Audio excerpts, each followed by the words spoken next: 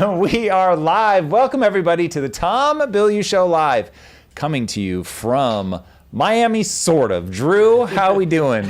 Miami asterisk. Yes. Happy Friday. Happy Friday indeed. Eric is here with us, traveling. We were with the son of the President of the United States yesterday, everybody. We out here doing the thing as he was whisked on and off stage. But yeah, that was interesting to do a little bit of moderating for the Bitcoin panel. And speaking of economics, the U.S. national debt just crossed $38 trillion. I'm mortified. That's worthy of losing sleep over, but it's math and it's going to keep happening. So I think we need a clock and we will just constantly let people know because it's going to keep ticking up. All right. October saw the highest average job losses, or way above average job losses.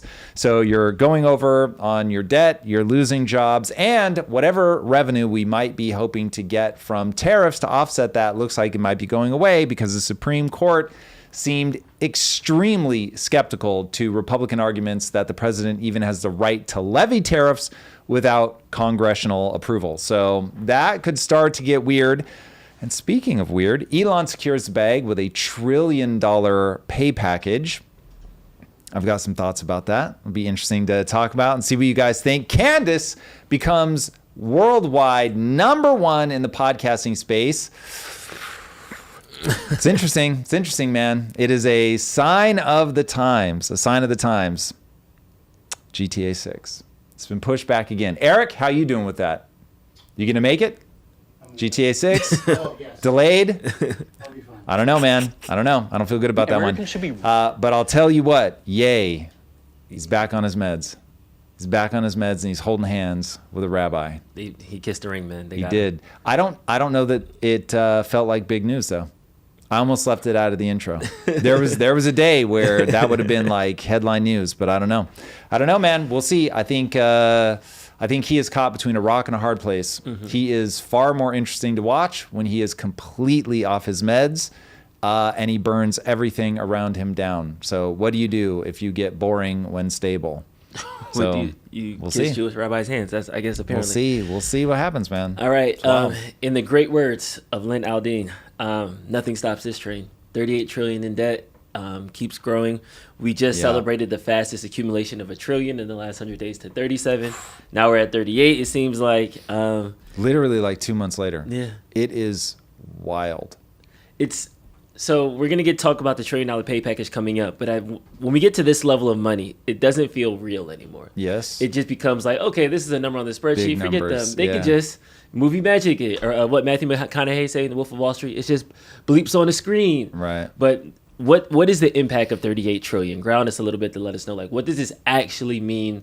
Where is this money going? Who's called for this debt? Like, walk us through the bill. Well, so what is the impact? The impact is war. It is the collapse of a country. And it's one of those, it will happen just slow enough that we'll acclimate to each step along the way so it won't seem so crazy. But if I could just flash forward you 10 years, the amount that it would be jarring, I think will really shock people. Because either you are AI's advanced so far that you're already in the middle of that transition and you're capturing so much energy from the sun that, it's a world of abundance, or you are in open violence, open revolution. America has accelerated the sorting down to geographies. So blue people go to blue states, red people go to red states. Mm-hmm. There's more and more violence in the streets. Violence is normalized. Everybody starts to believe that is as it should be. That's part of the thing that really distresses me is how violent rhetoric is just the way that people talk, and nobody's saying, no, we need to find a way to the middle and we need to come to understand each other. It's just none of that. Yeah. You brought up Eric Trump for your keynote yesterday, and it was very interesting how he was able to kind of whip the audience.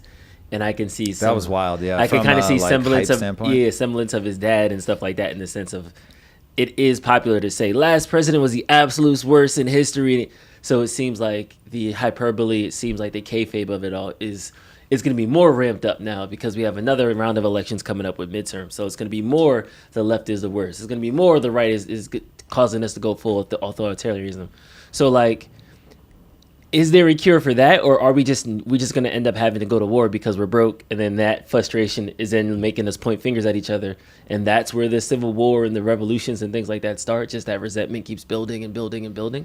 That's the mechanism. Yeah. So it's one of those, how do you pull your way back from the brink? And the answer is people do not seem to be able to do that until there is enough pain in the system that it's like, okay, I'd rather compromise than continue to feel the pain. So yeah, it is a sad reality that nobody seems to want to wake up to, that if you don't balance the budget, there's no way to stop where this goes. The whole idea of fiscal dominance, I know we've talked about it a lot. I don't even think people understand the word fiscal. When government spends so much because of the debt, you get into a position where the very thing that actually caused your problems in the first place, the federal bank, if you understand the federal bank as a trade-off, and you understand that fiscal dominance, where the government is outspending its ability to help, it's like now you get all the bad of the federal bank and none of the good. So at least the federal bank has this tool that it can use, which is that it steals from everybody, and so that no one group feels all of the pain. And so you boil the frog very slowly. You know, it's like we go through these moments of like, oh my God, that was really scary. It looked like banks were all going to fail. No, don't worry. We're going to print. AKA, we're going to steal from everybody. And so people calm down. Fiscal dominance makes that impossible. So it's really wild. And it's one of those, there is a certain amount of, you know, you want to find what are the magic sequence of words that I can say to people so that it can be very simplified and clear, the mechanisms by which this happens, so that everybody gets on board with, oh, okay, cool, I get it. We have to balance the budget. Once we know we have to balance the budget, then it's like, okay, what do we want to do to balance the budget? And we can just lay everything out, and we know ahead of time, not everybody's going to get what they want. In fact, no one is going to get all the things that they want. No one. And so how do you do that in a sensible fashion? And we don't show any signs currently of being prepared to do that. So everybody wants everybody else to sacrifice. And you've got these two competing visions for how this can play out. So one side is like, we'll just take it from the wealthy. And then the other side is, we'll just get rid of all the drags on society. And so that gets, it gets depressing if you let it, but we're not going to let it, Drew. We're gonna find that way. We're gonna find a way, and the way is to really look for those magic words to get people to understand the physics of balancing a checkbook. And how do you do it? All right, let's jump over to Peter St. Ange to hear his breakdown of the new high debt that we just hit. Theoretically. I'm gonna try this play button one more time. There it is. No, it's not. Happy Friday, everybody. Love when this happens. The national debt just hit $38 trillion. Congratulations, America. Congress spent every penny. 38 large comes to $287,000 for every household in America, with another $140,000 in private debt. And it comes just 2 months after we crossed $37 trillion back on August 12th. That should terrify As people. in, we're now running an annualized $5.1 trillion of additional debt, which is 2.5 times the headline deficit. It also comes to $40,000 in new debt for every household in America last year. In other words, you could have bought a nice car last year with cash. Instead, Congress blew it. For perspective, $38 trillion is roughly 1/3 of all the M2 money in the whole world. That's insane. This amount of debt is doing three things. First, so there's a couple things there. There's a couple things there. There's a couple things there. Hey, everybody. What we spent in debt could have bought every every household a new car. That one was crazy to me. Like every household, $40,000 check could have came. And what we spent in government money. And what you're spending it on is going to be so controversial to me. And admittedly, I recognize I'm one value system. I understand that a lot of different people have a lot of different value systems. But it really is frustrating, sad, just I want to see America get back to wanting to play to win. I want to see America get back to the I don't want a bunch of stuff for free. I want to see America say, okay, give me an even playing field, and it's okay if I lose, but it's not okay if I never get a shot to really go for everything that I want. And then it's frustrating when I look at these loops and I think to myself, yeah, some of this is inevitable.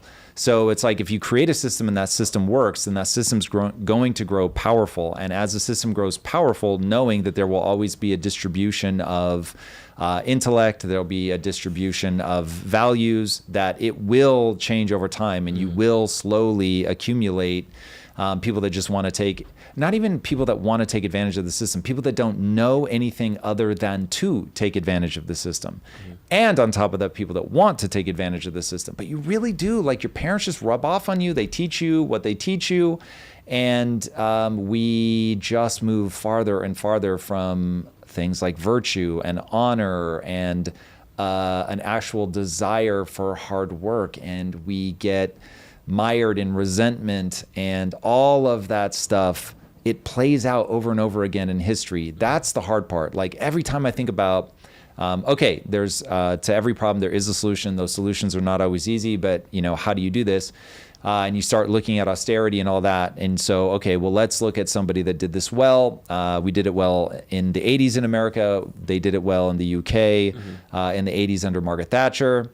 And it still wasn't a permanent reversal. There's just something about things going well for so long that they do eventually break. And those timelines do seem to be shortening. And so I haven't researched the history of the loop well enough to see if that's an intuition that I have and it's just wrong, or if that's an intuition that I have and it really is. Like, if you look at the sort of corkscrew of declining empires, if there's just something about how fast the world moves that makes these trends burn faster. I don't know. We'll see. Okay, I want to bring up the Elon thing now, because he's been going back and forth with his Tesla shareholders to approve his new compensation deal.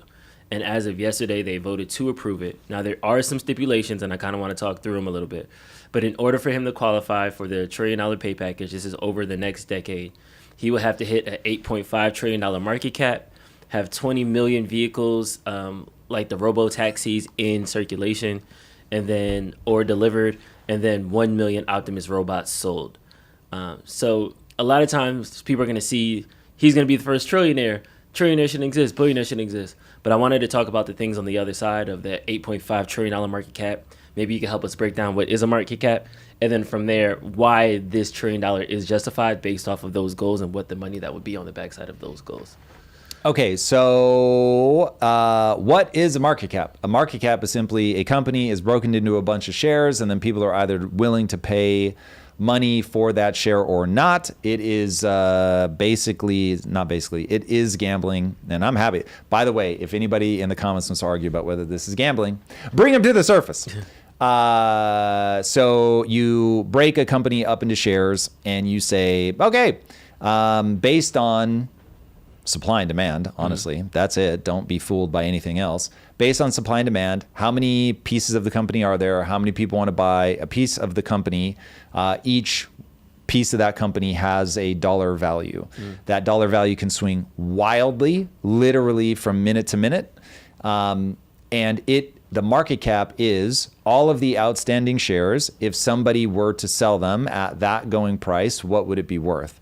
Now, again, it can swing by billions of dollars in 60 seconds. That's not a joke. So it's fake. No one should get too paranoid about market cap because it will fluctuate so highly. But anyway, that's what it is. So Elon is somebody who is more focused on control than he is just on getting the money. He does not live an ostentatious life the way that most people think he does. He uses his money to build things. He's a builder. So, yes, if he sold his shares, then he could, in theory, yield $1 trillion value if all of those things are met. But really, this is about ownership for him. So he said, I'm not willing to build this army of robots if I don't have the control to make sure that he's put nutshelled it to two things. I need to have a big enough vote with my 25% that I can basically sway any vote, but there's still 75% that will be outstanding, so that if I become a psychopath, you guys can get rid of me. That makes sense to me. He has proven to be, no matter how much people hate him, he has proven to be the most effective human being alive. So nobody on planet Earth has proven that they can set a goal and then obtain it in the way that he has. Certainly not over and over and over and over across multiple domains. So it's one of those where you can use people's thoughts about Elon as a litmus test. If they think he's a bad business person, you don't need to listen to them on anything. I don't know how they tie their shoes, get out of the house. I don't trust them to brush their own teeth. Literally nothing. They are so blinded by ideology, they can see nothing. It's just too self-evident what he's accomplished. So anyway, from that perspective, I totally get it. I understand why he wants that control. He also rails against something. It's a phenomenon that maybe our audience understands, but I don't know that. I know that the vast majority of humanity does not at all understand how aggregators of like a BlackRock or whatever, how they aggregate shares that they don't actually own. So they say, hey, come buy your shares through us, park it with us. And then there was a law passed, I forget when, that basically said these guys can vote on your behalf. And so even though they don't understand or they don't own the shares, they get to pass the votes for you. So they can vote with these gigantic voting blocks. And so that's one of the things that Elon is fighting against, is he sees that he's being bullied around by the owners of these companies that don't even own the actual shares. They just are like a warehouse where other people store their shares. And because you warehouse your shares with them, they're like, hey, don't worry, like we got you, we'll vote for you. That is so wild. I really can't believe that it works like that. But nonetheless, it does.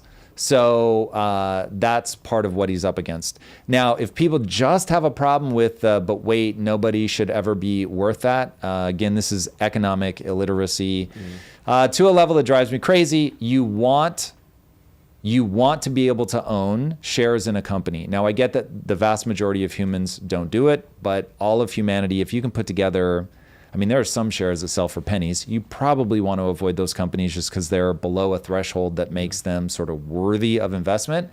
But literally pennies will buy you shares. And if you were super savvy and could figure it out, you could probably still make money doing penny trades. But anyway, if you've got $5 or $10, you can start investing in the stock market. So people are going to rail and say people don't have money for the stock market. And of course they do. They just don't understand it. And I get it. The stock market is scary. And I wish we lived in a world. In fact, I think the US government, every government, has a moral obligation to make it such that you can just save your money. But we all keep voting for policies that allow them to steal our money, so that saving our money is a terrible idea. The government has convinced us that inflation is necessary and good. And so people are like, but I get a better and better flat screen TV, Tom. Like, what are you talking about? Things are getting cheaper. No, they're not, motherfucker. If you were paying $10 for a flat screen TV, then they would be getting cheaper. If you were paying the same price for a better TV, they are not getting cheaper. And I will remind you of Moore's law, is that you get more for less. Not just that you get more for the same price. You get more for less. And you are not able to capture any of that for less because we keep voting for money printing. So, oh man, it's, I'm not jaded. I'm a very happy person. I love you guys. I love you guys. And so we all have to just keep reinforcing the cause and effect of how the economy works. We have to pull ourselves out of that really sort of monotonous, like everyone just keeps acting like these things are normal. They are not normal. We have to call them out for being not normal. We have to, like, I really want people to get to the point where they can build the arguments of cause and effect up. So that they're never arguing from a place of emotion, that they're just constantly like, well, wait, how does this stuff work? And again, something that's becoming really important to me, because it's a sanity check on myself, is what are people doing with their money? That will tell you what they actually believe. You'll find out what their sense, like their confidence in their own statements are. So yeah, like holding congresspeople accountable, holding elected officials accountable to like, Walk me through. What do you do with your money? You know what I mean? Because all of that stuff is going to tell you, A, whether they actually understand what's happening, and B, what they're willing to bet on what's actually happening. And there was somebody that just said it, I don't remember who, might have been Manchin, though I don't know that for sure. But one of the senators was saying he's not going to collect a paycheck as long as the government is shut down. And I was like, dude, this guy, respect. Nice. Everybody else, they can fuck off. Because the government has now broken a record, 37 days. They've met briefly yesterday. Nothing came of it. Allegedly, Democrats are trying to double down. That's what the ground news feed told me. But we're Really fast before you move on, because I've been gone now for whatever 3 days plus. My wife is in the feed, and I would just like to say hello to my wife, who I miss to the point of pain. I cannot wait to see you, my beloved. I will see you tonight, unless the government shutdown keeps me We're not away. bringing that into the universe. We're not going to manifest that. Everybody's going to get home fine. Everybody's going to fly Fingers great, crossed. and nothing's going to be wrong. All right, you were saying. Jumping back into it, the Supreme Court has came back with their decision. It's looking a little spotty about these tariffs. I'm not going to lie. I thought the tariffs were already enacted. I thought he used that very specific emergency policy to get it. So the fact that the Supreme Court is now trying to challenge the efficacy of that is interesting. Senate already withdrew the Brazilian tariffs from them. They voted outside in the Senate to withdraw the tariffs. So tariffs are now being attacked on multiple fronts, one from the Senate, one from the Supreme Court. And of course, Trump is trying Only the Supreme Court matters because Trump can veto the congressional stuff, because then, unless Republicans vote against him, if the Republicans will also vote against him, then yes, it could kill it. But if they veto it, if they pass it, it'll go to him. He'll veto it. It'll go back to them. But now they need a supermajority, I believe. And that would require a lot of Republicans to go against him, which I doubt they will do, but they certainly could. So this really comes down to the Supreme Court. Now, admittedly, we don't have the answer yet, but they did seem skeptical. And I'll be honest, like the lawyer that was arguing the points was not very compelling. I was like, you don't believe your own arguments. So, yeah, I have a feeling that they're going to strike that down.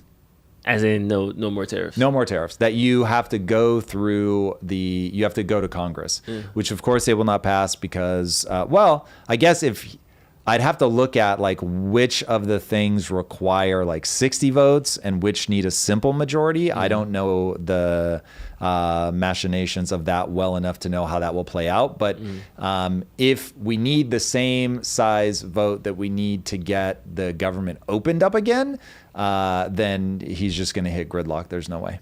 Yeah. I know we're trying to be optimistic this morning, but I'm being very skeptical because the government shutdown is not giving me pause. I feel like they're not talking, and we're at the same point we were day 15. So usually, in the third week of negotiations, okay, we were talking about A, at least now we're on line item C. I feel like we're still at the very top of the page. All we wrote was our name and the date, like nothing else. Here, all we wrote was the name of the date. You will make hilarious statements that you say so dry and so fast. Yeah. So the most troubling thing about this is that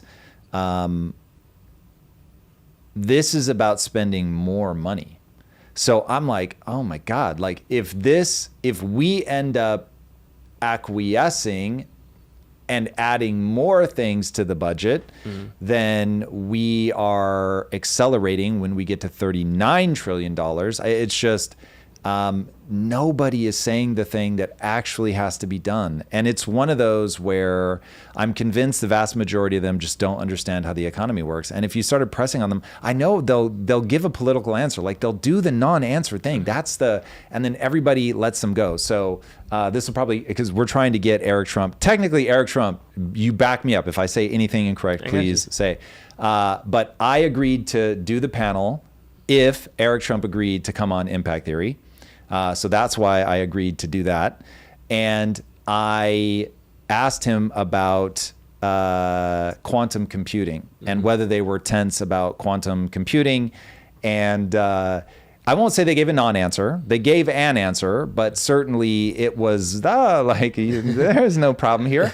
And so I had half a dozen people come up to me afterwards and were like, like you asked, well done for asking, but like they didn't really get into it. You're going to get that up, down, left, right, B, A, select, start with, hey, dear Mom Donnie, dear AOC, dear, like name the person that wants to cram more. I hate to say it, but dear Trump, explain how the economy works. Like, give it to me. Why is inflation bad? Why would we ever want 2% inflation? They will all break. They will all, like, maybe Thomas Massey won't, but they will all sketch out. Yeah. And that's fine. Like, over 250 years, that's been okay, because the evil overlords that actually run the policy behind the scenes knew that this would work for a long time. Yeah. And so it was like, you're fine. But now it's not fine. Now is where it's like, okay, the evil overlords behind the scenes, watch my video on the creature from Jekyll Island. Those are the evil overlords that I'm talking about. Those evil overlords are always going to walk you off a cliff. But there is a way to stop from going off the cliff. But you have to understand how the march off the cliff happens. And they don't. And so they just keep doing it. Yeah. And so you run into this fatal flaw of evil overlords know how to make the rich richer. And so they're just going to march you, and it's money printing and inflation. So they're just going to keep marching you, money printing and inflation, always and forever. And then the way to stop it is to balance the budget. And because balancing the budget is not how you get elected, then it's like this flaw in human nature that can't stop itself. And that's why every single reserve currency ever has collapsed. It's 100%. It's like every time I think about extending human life, I'm like, okay, I forget how many, like 12 billion people that have ever existed, or 16 billion people, whatever the number is of humans that have ever existed. Every single one of them is lost. Every single one of them. If just once, Drew, if just that one time, it's undefeated. Undefeated. It's Walking off that cliff is undefeated. Nobody's ever been able to actually pull back from the brink. But there have been people that last longer. And it's like, we just need to buy ourselves like another 30 years. So I feel like we're on a 10-year clock, maybe 9, maybe 8 in there, 8 to 10-year clock. It's not 11. It's not 12. But I need 30 years for AI to do what AI is going to do. And so what do you do when you've got that delta? In 10 years, Lynn's going to be 25. Sheesh. And, bro, I like to wind Drew up and remind him his daughter's going to be married in like 15 minutes. I'll be like, it's November, Drew. Your daughter's going to be married in 9 weeks, which of course isn't literally true. But, buddy, time goes fast. Man, that just like grounded me in so much. Like, she's going to be in the thick of it. That's like peak earning, figuring it out in life age. Well, the good news is she won't have to earn money, but you will have to keep her emotionally stable enough. Yeah. Meaning and purpose. Thank you, Sasha and True, for the super chat and contributing to Lynn's college fund. We appreciate it. Thank you right now, because as Tom just reminded me. Lynn does not need to go to college. Can we start with that? In fact, on the optimistic side, are you guys learning every day in AI? AI is insane. It is insane. Whatever you want to learn, you can learn. It's incredible. Is there like a specific, it just brought up? Like where you said go to college. Oh, okay, and I'm like, go to college?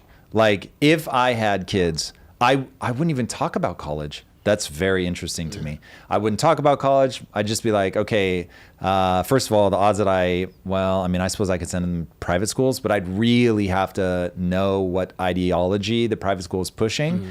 But if it was like the intellectual equivalent of martial arts dojo where they're holding tree stumps on their back and crying all day, I would do that. But yeah, it would just be, what are we learning today? What are you focused on? How are you growing more powerful? How can that be deployed for you to have sovereignty and control your own life? Be teaching them about problem solving, thinking from first principles, finance, all of that stuff. But that's all that matters. And you can learn all of that with AI for sure. Like Iceland, have you heard about what Iceland is doing? Okay, so they're like, okay, AI it doesn't speak Icelandic, so we need to somehow move this. So I think it's OpenAI that they're working with. But anyway, one of the big AI companies, they went there and they said, you can take over our national education and make it all AI driven because we want AI in Icelandic. And so now AI companies like, word. Yeah. And so they're going in. I don't know exactly how the curriculum is going to be, but basically AI is going to drive their education. And that is the right answer. It is unbelievable in the way that you can just quickly daisy chain. How does this work? How do these tie together? And then if you're trying to give them that thing so they can do something, and that becomes the key, like how do you deploy this? And so often I think people learn to check a box, they learn to get a grade. But if I could just get people to understand, for instance, if you learn about the economy, you can get rich in the stock market. So how do you know you understand the stock market? You make a lot of money. I probably shouldn't say this, and with my wife in the feed, she's really going to have a stroke. There was a 60-day period where 60-day period where Lisa and I made multiple millions of dollars just in the stock market recently. That's crazy. Millions. That's crazy. So it's like, kids. So if people want to know why I'm banging this drum, oh, okay, I'm gonna call it. This is why I'm banging this drum. We're going on the fractal right now. I'm calling the fractal chat. Somebody keep time. I understand why everybody shouldn't go to college. I understand the bubble of it all. I'm very much, if you're going for these 4 job titles, you need to go to college. I do think we're in a really in-between spot, specifically for somebody like my daughter. She's freshman year in high school. AI is not going to be in every hospital in the next 5 years. Next 15, guaranteed, definitely, I won't argue that. But I feel like there's this hybrid society that we're entering into now where it's going to be, yes, we'll have 3 doctor residents and an AI robot following along. And, until we kind of flip. So while I understand the recommendation of don't go to college, I understand the recommendation of try to get your kids entrepreneurial. If they could solve a problem. I get those things, but not everybody's an entrepreneur. Not everybody has that ambition. Not everybody has that, stomach for it. It's way too stressful. So then some people are going to be like, I just want to get a job. And it's like, I love that. Just get a job out of high school. But so you're just like, don't. If you can go to college and not accumulate debt, great. If you have to accumulate debt to go to college, there's no way to make that make sense. Not today. Okay, we've only had ChatGPT for 3 years. College is 4 years. Think about 4 years of college 10 years from now. There's no way. Yeah. There's no way. So the first $20,000 Optimus robot is already coming off the production line today. What's that going to be in 10 years? People don't understand. You are in a simulation. The simulator's fucking with you. They very much just want to know what this moment looks like and how humans cross this chasm. But you're going through the chasm right now. Like, this is not a thing that's happening in the future. This is a thing that's happening right now today. And so start planning right now today. Like, what are you going to do? How are you going to address meaning and purpose? How are you going to cross... You've got a 10 to 20 year gap before it's like, it's a total world of abundance, because even as fast as AI is going to disrupt things, it's going to look like the kind of job loss that we're seeing now, where it's just a ton of people getting laid off at a non-insane rate, insane for like normal stuff. But, it's like 500,000 jobs a year kind of thing. And it's like just bad enough that the cultural vibe gets sad. And then people start going, I want me some socialism. And then when I say, you mean communism, they type in all caps and they're like, I don't mean communism. And then I'm like, I bet if we had a discussion about the difference between socialism and communism, you'd be like, whoops, yeah, that's right. These are basically the same. I didn't stab my wife, Your Honor. I merely choked her to death. So that's that argument. Yeah. So it will be things like that. And meaning and purpose will go, more and more people will do drugs. It's going to be wild. So it's going to be amazing. It literally is going to be amazing. It's going to be the greatest time to be alive.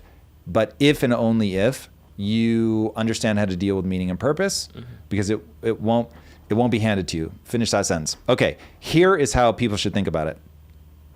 What life is going to be like is Minecraft. Now, if you've ever played Minecraft, you will see it's one of the very few games that a single player can play in Minecraft for 10 years, essentially to the exclusion of all other games. Other players will play it for a week and be like, I don't ever want to play that again.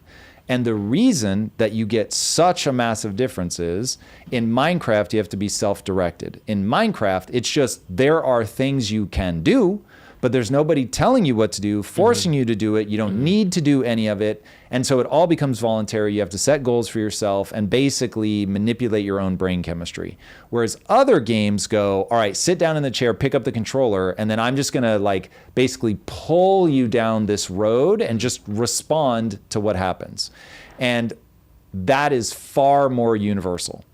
And that's gonna go away, because the thing that pulls you through is I've got to eat, I've got to make money, like all the have-tos. Now, what does life feel like for you when you no longer have to do anything? And the problem is, the reason that rich kids implode is they don't have to do anything. And so now they get totally lost. Yeah. And some of them just completely implode. Some of them become sad and depressed. Some of them become downright sinister. And some figure it out. They do amazing things. But man, it's not the default path anymore. All right, I'll turn off the fracking for right now. I do think that this conversation is going to ramp up. Yeah. And I definitely have like had the conversation with her mom. Like, I don't want her to go to college because I do feel like it's a hustle at this point. But her mom is Mrs. I have 4 degrees, so I want more college. I want to go back and get another one. Like, listen, I don't envy you. You guys are no longer together, so whatever pull you might have had is probably gone. But this is one of those where, yeah, like if my grandfather used a ox and a plow to till his field, and he was telling me to use an ox and a plow to till mine when I have a combine, I'm going to be like, bless, it's very sweet. I appreciate where you're coming from. I understand that worked for you, but that's not where we're at anymore. Yeah. And so the human mind has a hard time adapting at that rate, but nonetheless, that's where we are. The world is changing so rapidly that you've got to be thinking about in the future. What is this going to look like in the future? Yeah. Somebody already said in the chat too that they had a nephew who had an engineering scholarship, dropped out to work as a tradesman on like a cell phone like tower, and now that he's making more, like doing like a trade position of that. So yeah. And now I will say, don't allow yourself to get trapped into anything. Yeah. So I hope that kid is also spending his time learning about engineering, seeing how you can build and create, so that if an opportunity presents itself where his talents, his intelligence, his desires align with something that the world wants or needs, that he's able to deliver that as well. I would not want to see people get lulled into a sense of, oh, my career is steady because right now AI is not embodied in robotics and therefore I can do this. But the reality is you have to assume no matter what you do that thing is going away. So being nimble becomes the most important thing. Knowing how to learn, knowing how to architect meaning and purpose. Those kind of things become incredibly important. Being able to be self-directed. Incredibly important. Getting excited by what's happening and plugging into it in a way that is thrilling. So, I mean, listen, every now and then you're going to get me, it's almost always triggered by people accelerating the economic demise of the middle and working class. Like, that's always what puts me in a bad mood. But as soon as I step away from having to talk about this, because I'm not caught in that trap, I'm just over here excited about what I'm building. Like, I'm gonna, when we wrap today, I'm gonna immediately move on to working inside of Kaizen. And so I've got that thing that keeps me energized and excited. And I will spend literally 365 days a year, multiple hours learning something inside of AI. And so it is like this miraculous time to be alive. It is so thrilling. But I always just worry that it's thrilling because I got a high roll on curiosity, and life has just shown me over and over and over that if you can problem solve, from first principles that you own your life. Yeah. And literally every time like we have those questions, like she'll ask me like how do you make money? Like, I want to make some money, Dad. Oh, okay, you got to solve a problem. Like I'm actively planting those seeds of like, don't just get a job, solve a problem. Like, focus on solving problems. Now you have to walk her through what solving a problem means. And that is certainly not easy, but if you can work with her on, okay, what is the problem in your life? List 10 things, whatever. How would you go about solving that problem? And then she'll get into what we call the chaos machine, where it's just, as she goes to set up the lemonade stand, there's like just inevitable problem after problem after problem after problem. And so helping her like realize like, oh, okay, like we want to solve all of these problems and we've got to have the relentlessness to get on the other side. And if she gets that first taste of victory and is like, oh my God, like I can't believe I pushed through all of this and I got the thing that I wanted. And so a lot of that is also going to be one of the biggest problems any of us has to solve is our own mind. And so our own mind is going to fuck with us because we'll realize I want to do a lemonade stand, but secretly what I actually want is for the lemonade stand to be easy. And when the lemonade stand isn't easy, do I still want the lemonade stand? And can I build desire? Can I stay focused on something? Can I build, like, what do I want to do with the money that I get from the lemonade stand? Like, do I have a vision for that? Because all of that stuff needs to be compelling enough that when you're fighting the chaos machine to launch your lemonade stand, and you finally ask yourself, why am I doing this? If the answer is because I want to make my dad happy, like, that's not going to get you very far. If the answer is, oh, I want that whatever new makeup kit from Sephora and I really care about that, and so I'm going to do this, that's going to get me that, I'm going to save up, I'm going to be able to buy that, right? Then it's like, okay, I've got this chain of cause and effect. I know what I'm trying to get to. I care enough about that thing that I'm going to keep pushing.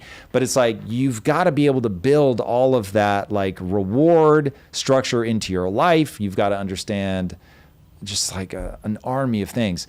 And when I was on my mindset arc, there'd be times where I would be like, oh my God, you can do this, but you're going to have to understand the loop of desire. And you just like, these ideas just keep getting nested, bless you, sort of, getting nested like deeper and deeper inside of all these ideas. And oh man, it's...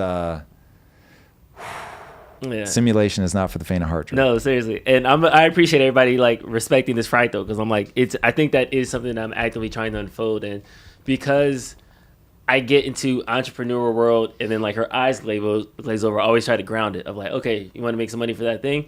You have a little sister that's 1.5 and your mom is tired. That's your first problem right there. You have a baby cousin who's 3 over here. That's your second problem right there.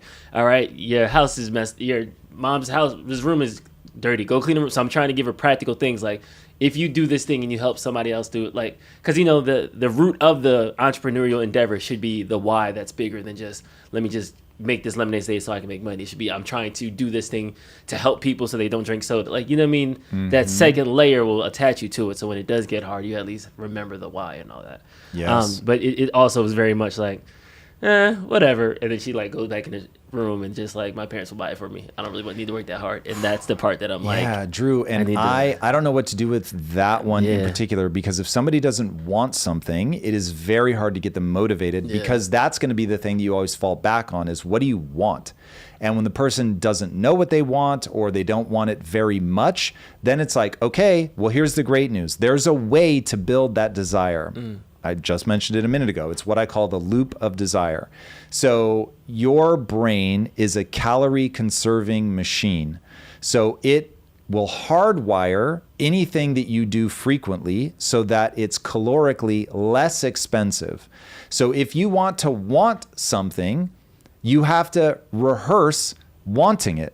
It's so weird. So it's this dual thing of your body has a couple things that it does. One, it will always justify whatever you actually do. So if you freak out over something being really bad, then your brain's going to tell a story about why that thing is really bad. If you freak out over something being really good, then your brain is going to say, whoa, I guess this thing really is good. And it's going to tell you a story about why it's so good.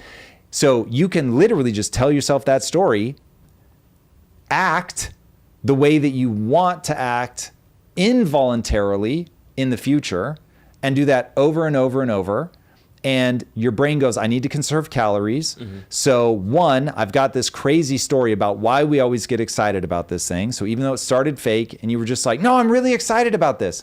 And then your brain goes, whoa, we keep doing this thing with our voice and our body every time we talk about this. I guess it's exciting. Okay, why is it exciting? It's exciting for this reason. Okay, and then it goes, you keep repeating that. You keep repeating the bodily movements and the level of excitement. Okay, I need these to be cheaper calorically, so I'm going to wrap a fatty tissue known as myelin around the points where those neurons connect in your brain so that electrical signals can travel more easily. And so now the easiest state from a calorie perspective for you to be in is this upbeat, excited, optimistic thing around whatever it is that you've been repeating. And it was me mapping all of that where I was like, oh, you're having a biological experience. That's where I got obsessed with this. Like, if you understand that, then it's like you can take control of any element of your life. So for instance, when I saw that Lisa was in the feed, I realized 20 years ago that one of the ways to make my relationship with my wife strong was to every time I even had the smallest feeling of, oh, I'm excited to see her, no matter what I was doing, I was going to stop. I was going to feed that. I was going to embody it, meaning I'm going to actually do the thing like that. Oh, my wife, oh my God. And by doing that over and over and over, my brain will just get used to every time I see her to react like that. And so I take the time to stop. Like, I'm seeing her now. And so my brain does the thing I want it to do. What did you do in that first moment? Because there's been a lot of misinformation. There's a lot of woo-woo out there. So some people, am I looking at myself in the mirror and going, yes, I'm excited? Like, I'm looking at my wife and saying, think of it this way. I'll look at my wife, and like anybody else, over years, what used to be a 10 dials down to a 1. And I knew that going into it. So when Lisa and I were like little drug addicts with each other, and we would have burned the world down to spend time together. In that moment, we're like cocaine addicts. We're like, this is going to pass. It won't feel like this forever. And so we've got to do things to like remind ourselves. So for instance, judge away, but I'm 23 years into marriage, so you judge at your own peril. But I was like, every time I think her ass looks good, I'm going to say it out loud. Your ass looks awesome. And so that just kept reinforcing in me that, oh, I find her attractive. I find her attractive. I find her attractive. So even now, you know, with as long as we've been together, she's in her mid 40s. Like, I'll just take time to be like, I mean, thank you. Thank you for staying attractive. Like, you work so hard, your diet's right, you exercise, but I'll actually say this stuff out loud because it reinforces it in me that I find it attractive. It stops me from taking it for granted. It reinforces in her that I find her attractive, which makes her feel good. And so we're always taking those little beats to just neurologically reinforce that positive thing so that it never just goes unsaid. So I say it all the time, and that's on a whole host of things. She'll, like the other day, I was just run off my feet. I had so much going on, and she made me food. And I was like, hold on, stop. I am so grateful to you for doing that. So we always do those things because you become what you repeat. And if I'm repeating, she's attractive, I'm grateful to her, I'm in love with her, I'm excited to see her, I'm so happy she's in the feed. Like, if I repeat those things over and over and over and over, they grow over time rather than diminishing over time. And so it's just understanding that you are a biological creature, that there are just certain things that are predictable, and that if you use that to your advantage, life gets great. And if you use it to your disadvantage, life gets terrible. So for instance, I cannot stop myself from having a negative thought, but I can stop myself from having that thought repeat. So a negative thought will pop up and I'll be like, cool, I pattern interrupt. I do not accept that. And people will see me do it. Like at the beginning of this, just getting very sad with economically where we're all headed and the inevitability of it all. And so you'll hear me do it. And I'll be like, I'm not going to get depressed. I'm not going to get sucked in. That's me doing a pattern interrupt. That's me pulling myself out of that and saying, I'm not going to repeat that. No, that's interesting. It's that, like, what you feed grows. Like, yes, you will become what you repeat, down to the emotion. Nice. Interesting. All right. Okay, we're back. Sorry, we had a super chat and everything. We were talking about Elon and a bunch of money. Hey, Tom, let's remind everyone that the Elon pay package is performance-based. If he fails to hit trenches, he will get paid zero. As a brilliant founder, you know value creation is the metric of success of an entrepreneur. 100%. 100%. And the fact that the Delaware courts took his original compensation package away from him is insane. Insane. So, yeah, I don't know what to do with that one. That one really pissed me off, but it is what it is. All right, before we move along, we got a shout out to ButcherBox. ButcherBox is back, and they also are sponsoring us again for this live. We would like to thank the good folks over at ButcherBox, and they're still giving out that free holiday ham or that free holiday turkey. Promo code IMPACT, butcherbox.com/impact. And ButcherBox is amazing. Truly, truly, truly. You guys will get tired of hearing me say this, but they were a huge part of us rehabilitating Lisa's gut. There is, I want to make sure this is true. This is true. There is no company from whom I consume more calories than ButcherBox, period. So yeah, they are massive. Get after it. If you want high quality meats, these guys are the jam. Shout out to ButcherBox. Musha Dark, Drew's got beef with ButcherBox. Yes, ButcherBox got all the best beef. Your transitions last time, it's like, all the kids are dying. And speaking of dying, let's talk about eat ButcherBox so you don't die. Oh, God. ButcherBox kills the best. So, all right. Yeah, it was hilarious. Trump had a series of videos he tweeted out. This was for his 1 year anniversary. He bragged about his historic 2024 campaign. I can't believe it's been a year since Election Day. I can't either. This is wild. I know it's Goes way fast. too early. I feel like this is like calling the game in the first quarter, but we're not even in a full year in so far. In this first, I'm going to peg it as 9 months, February to November. How do you feel about this Trump presidency from what you thought it was to how it manifested? What are some wins? What are some losses? And what are some things you're like looking out for? It's a C-. There's a lot that he's trying. I don't know that it's coming together. So we'll see, man. This is where the rubber meets the road is always very different. And so I'm not too surprised in terms of it's going to be hard to solve some of the problems. But he really broke me with the big, beautiful bill. Once I realized, this is same as it ever was. I just need to get elected. He's at least trying to grow. He's at least trying to deregulate. He's very pro-crypto. Innovation there, I think, is absolutely critical. So listen, he's doing some things from that side that I'm very happy about. So in terms of, do I think we're better off with those elements of his personality where he thinks more like a business person? Yes, we are definitely way better off, I think, than where we would have been. We'll never get the counterfactual, but I think we're better off than had we accelerated the socialist turn that Kamala was headed down. I am still clutching my pearls, aghast at the fact that we had a senile president. Like, that's wild. And the group that was running the country refer to themselves as the Politburo. So this is one of those, we just did an interview with Destiny. And just sitting across with him, Stephen Bonnell, I think I'm supposed to hate him. I really don't. He's always very kind to me. But whoa, do we view the world differently? And so sitting down with him and seeing the things where he is just looking at me like I have roaches on my face, that I don't think that Trump is as bad as Hitler. And I'm looking at him like he has roaches on his face, that he doesn't think that Biden was senile. I was like, whoa. So anyway, I fully accept that we both see the other person as like just misreading the situation so horrifically. So I'm but one voice, and I obviously get that other people are going to feel differently. But the fact that they called themselves the Politburo, dude, like my alarm bells go off so hard. And it's one of those where I'm like, anybody that found that funny, they have not read the Gulag Archipelago. I assure you, anybody that finds that funny either hasn't read Mao the Unknown Story, or they are evil. So they're either ignorant or evil. either of those things scare me. Now, Trump is way authoritarian. Like, he just does not have a beef. I don't think on an amplitude scale that he's anywhere near. If people read about Hitler and what Hitler was actually like he'd walk into a room with his henchmen and be like, hey, you going to change your mind?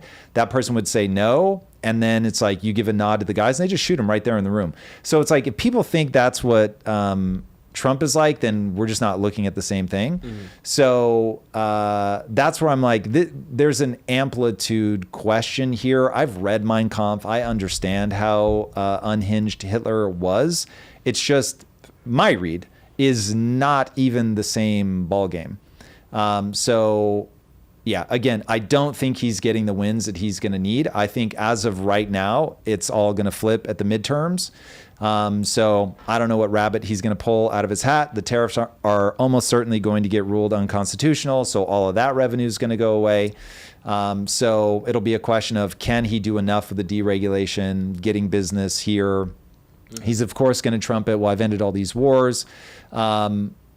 It's not going to be enough, especially not if he like launches a war with Venezuela. It's like, good luck with that. The fact that he bailed out Argentina.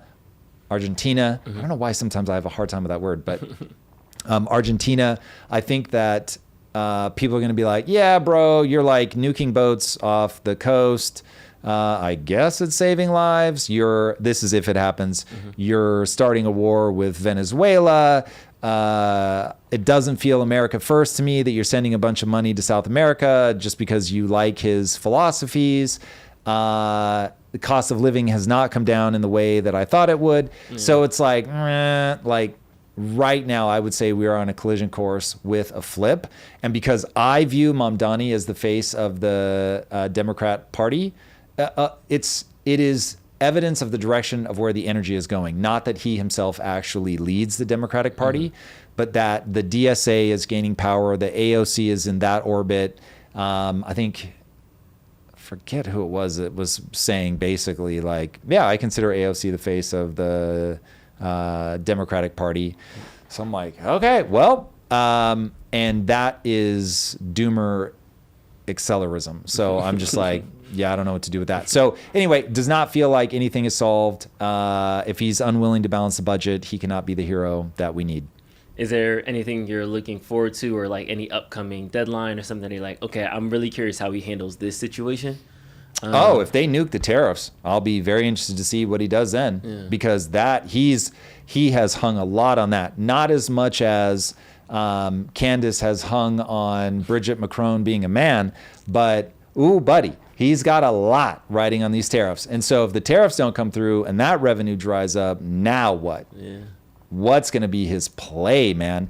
Because he's just not willing to balance the budget. The only thing will be, does he use the shutdown? We need to look this up. There's some number of days that the shutdown can go where he can start firing people permanently.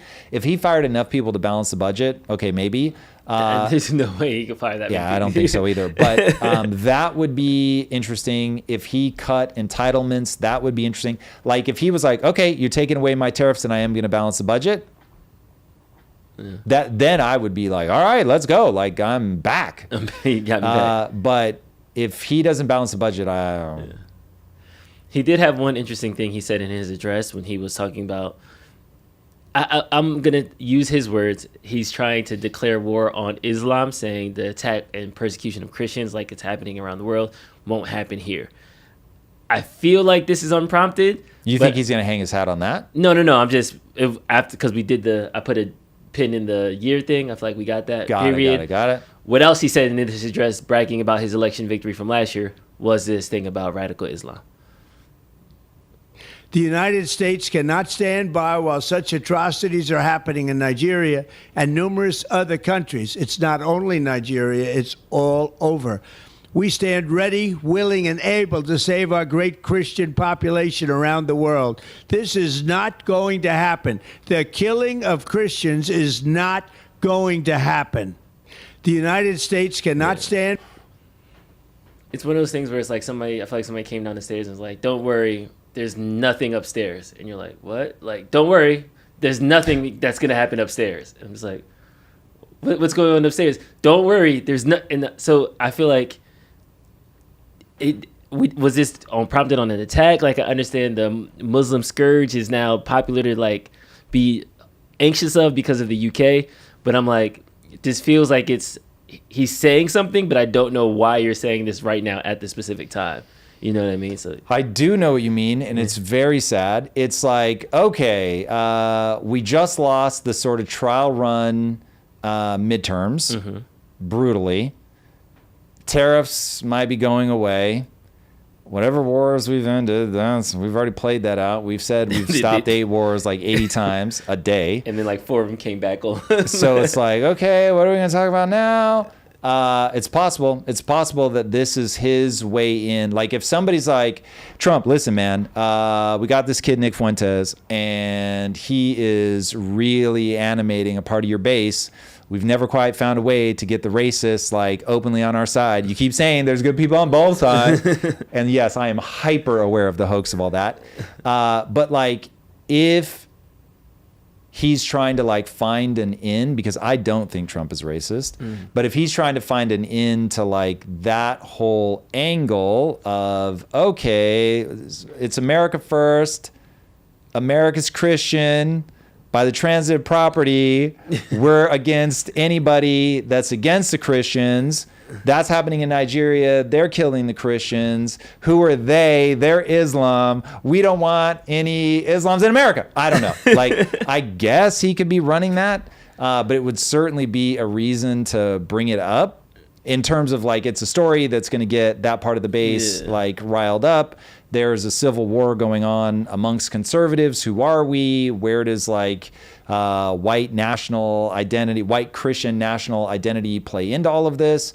It's possible that he's just trying to find a way into that. But this is one of those where it's tough, man. Like when people are being murdered en masse, what do you do as another country? Forget just America. What do you do as another country? Like, do you just go, well, it's not in our country, and so you just let the horrors play out? Yeah, I don't know. And we're going through this with Israel, Gaza, where it's like nobody can agree on like what's happening. Is it a genocide? Is it ethnic cleansing? Are either of those okay? What's the right side to come down on? These are tough, man. I don't, in a time like this where we are going broke and we are going to drive ourselves off a cliff, I understand both impulses. I understand the impulse to want to go in and be like, this is so horrifying. And if something were happening here in America, I'd want to think somebody would step up and help. And at the same time, like if your country's already in dire straits, spending all that money, yee gads. Like we've got our own problems. Megyn Kelly and Tucker Carlson actually sat down recently and they talked about, she kind of put his feet to the fire of like, what do you say about those people that are condemning you for going on an interview with Nick or interviewing Nick Fuentes? And he said something very interesting. Before we move on, and maybe the community, maybe you guys just don't care about any of this, but I would be, Tom did just say that Trump is not racist. That is correct. Are we really done with that? Like this one feels like, it's big. If the community doesn't care, I'm happy to move on, but I also don't want to just skim across the surface of, it's 500,000 Christians in the last 10 years in Nigeria. I feel like I actually need to like fact check that. Yeah. A lot. Like that's what 5 point something times bigger than Gaza. So is it pretty just bad? Is it because that? No, I was with. Let me not. Where's Kanye? Let me call a rabbi. He can sit with us. But people are like, people are not pro-Jewish on this one. Like that one, they are losing the PR battle. So no, but it's one of those things where it's like, it's interesting that there are conflicts out around the world that are happening, where the death tolls, to your point, can be 2x, 3x. If the 500,000 number is accurate, we'll be at 10x of what happened since October 7th. But at the same time, I don't know if they don't have the right PR team. I don't know if people just are making. Yeah, I mean that's what's interesting about it. If they're the quip is, if there's no Jews, there's no news. So I suppose it could be that. I don't know. But it is strange to me that that's not getting a lot of attention. That is a very high number. I remember when Candace Owens says Christians are the most killed group. Can't remember if she said killed, persecuted, whatever. Yeah. But I was like, huh? Christians? It wasn't even on my radar. Not even a little bit. So the fact that this is shaking down is pretty rough. And the like pull out to the 30,000 foot view, the thing that I want people to look at here, this is why I beat on values matter so much. They're being killed over values. Okay? Yeah. That's what people kill over. They kill over values. They kill over values at least as fast as they kill over economics, maybe faster. I'd really have to look at that. But when you've got something that people kill en masse, you can't not pay attention to it, because we're doing this like grand reshuffling of the world. It's just we've gotten to the point now where technology, travel, all of that is so easy, so reliable that basically countries are just shuffling all over the place from demographics. And it becomes like a super taboo thing to even talk about, which I do not understand. Yeah. So okay, I found the tie right here. Let's jump into this clip, and then I'm going to address the poll that people want me to run in the chat. Eric, can you pass me a napkin? I just got a hangnail that turned bloody. Whoa. Nick What'd you catch it on? No, it was like I was like fidgeting with it, and then Did it to yourself, Drew? I did it to myself. Has said a long list of very vile things. Big time, including attacking my dad, which was the most vile of all, in my opinion. Yeah. Hold on, I mean, hold on, I hold on, personally hold have. on. The man said, and I quote, that December 18th is a memorable date because it is the birthday of one of the largest mass murderers of all time, and I'm a big fan. And the worst thing he said was that your dad was a CIA agent. Like, bro, I get it. I love that you love your family. But if somebody said that my dad was a CIA dirtbag and that they loved Joseph Stalin, I would not be like, you know what the worst thing they said is? Like, let's have a little perspective here. That's wild. Watch videos of him questioning the Holocaust, likening it to baking cookies in the oven, and there's no way you could have gotten to 6 million. Seems to be his theory. Also, can we pause it for a second? Here's the thing I don't understand. Holocaust, very bad, very bad. A drop in the bucket compared to Stalin and Mao. Why is it that it doesn't capture people's imagination? Is it just they were better at keeping cameras out and we don't have footage? Is it that the Jews are just super good at the PR of it all? Like, this is wild, dude. Schindler's List won every Oscar. But bro, they killed so many more people. Like, some people will say Mao alone killed 70 million. I clock it at 45. There's a book called Tombstone, which makes a very compelling case. Your point is still 7 times, bro, and that's your low estimate, bro. So wild. What's going on? Like, no one talks about it. It is like this void in the public consciousness, which is super weird. So yeah, I don't know if it's just like there was something in the way that the Nazis did the killing that like makes it so much more theatrical.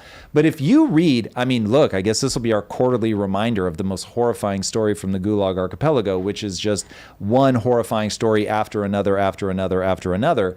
But there was like a military guy, so former, like, I don't know if he was KGB or whatever, but former guy in the Soviet military hierarchy, whatever, somewhere. And they're trying to break him. Just can't break him, can't break. Like, imagine torturing somebody for months on end and you just can't break this guy. He won't break.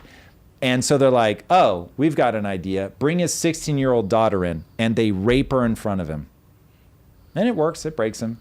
But like, that's just like, I hate what? that story How, so much. But yet, how hard do they have to go before people go, oh yeah, this was obviously as bad, and just orders of magnitude larger. Yeah. This is why, like, I am very confused by people not being like, Mamdani believes in a villainous economic system, and people just seem okay with it. I don't understand. I don't understand. Sorry, back to our clip here. I think that we've way overstated the number of Jews killed in the Holocaust. He's ripped on poor Usha Vance in the most offensive terms. Which I mean, so what do you say to those people who say, why didn't you raise any of that? You know, do your own interview. the way that you want to do it. You're not my editor. Buzz off. I mean, I don't know. You want to go yell at Nick Fuentes? I'll give you his cell. Call him. And go sit and yell at him and feel virtuous or whatever. That's up to you. I got the same thing with Putin. Why aren't you yelling at him? Okay, why? So I can show that I'm a good person? Okay, hold on, because this is the guy that like tore Ted Cruz limb from limb. So it's tough. As an interviewer, I get it that you are combative by nature or you're not. So I'm not super combative. I will get into it more and more now as I try to like make more robust my arguments, as it were. So I'm far more combative than I was, say, 7 or 8 years ago. But Tucker is known for those kind of interviews where he like really goes in on people. And I get why you don't do it with Putin, because you're in Russia and you want to go home alive. You don't want to end up in the gulag. Putin is holding his passport as the interview goes on. Exactly. I'm sorry, what was that question? Tap, tap, tap.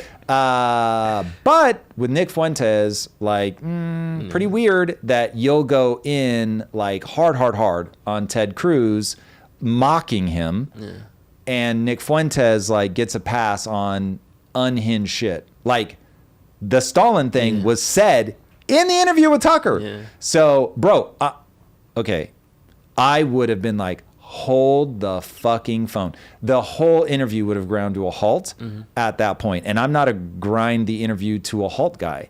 Like, that's wild. So I admittedly am a little like, hold on. Whether Tucker wants me to or not, I am reading something into how he handled the Nick Fuentes interview. I didn't with Putin. I got that one. It's a world leader. The way you treat him will determine whether you get other interviews. It literally could jeopardize your safety. Like, there is an amount of like respect that you're gonna have to afford that person. But when, like, I don't expect anyone to sit down with Netanyahu, for instance, and just start screaming, "You're a war criminal." That would be stupid. Like, so I get all that. But Nick Fuentes is a commentator. The reason I wanted to bring this up on the back end of that Trump clip is because even right now in the chat, there's people that are like, this guy doesn't think Trump is a racist. Ha, ha, ha, ha. Or another comment was, you're right about the Islam thing. He's not a racist. He just wants racists to like him. So there's the certain thing of, one issue is platforming. If this person has said vile things that you don't agree with, you shouldn't even have them on your platform. The second thing is, I shouldn't even want that support from a person who will say those types of things.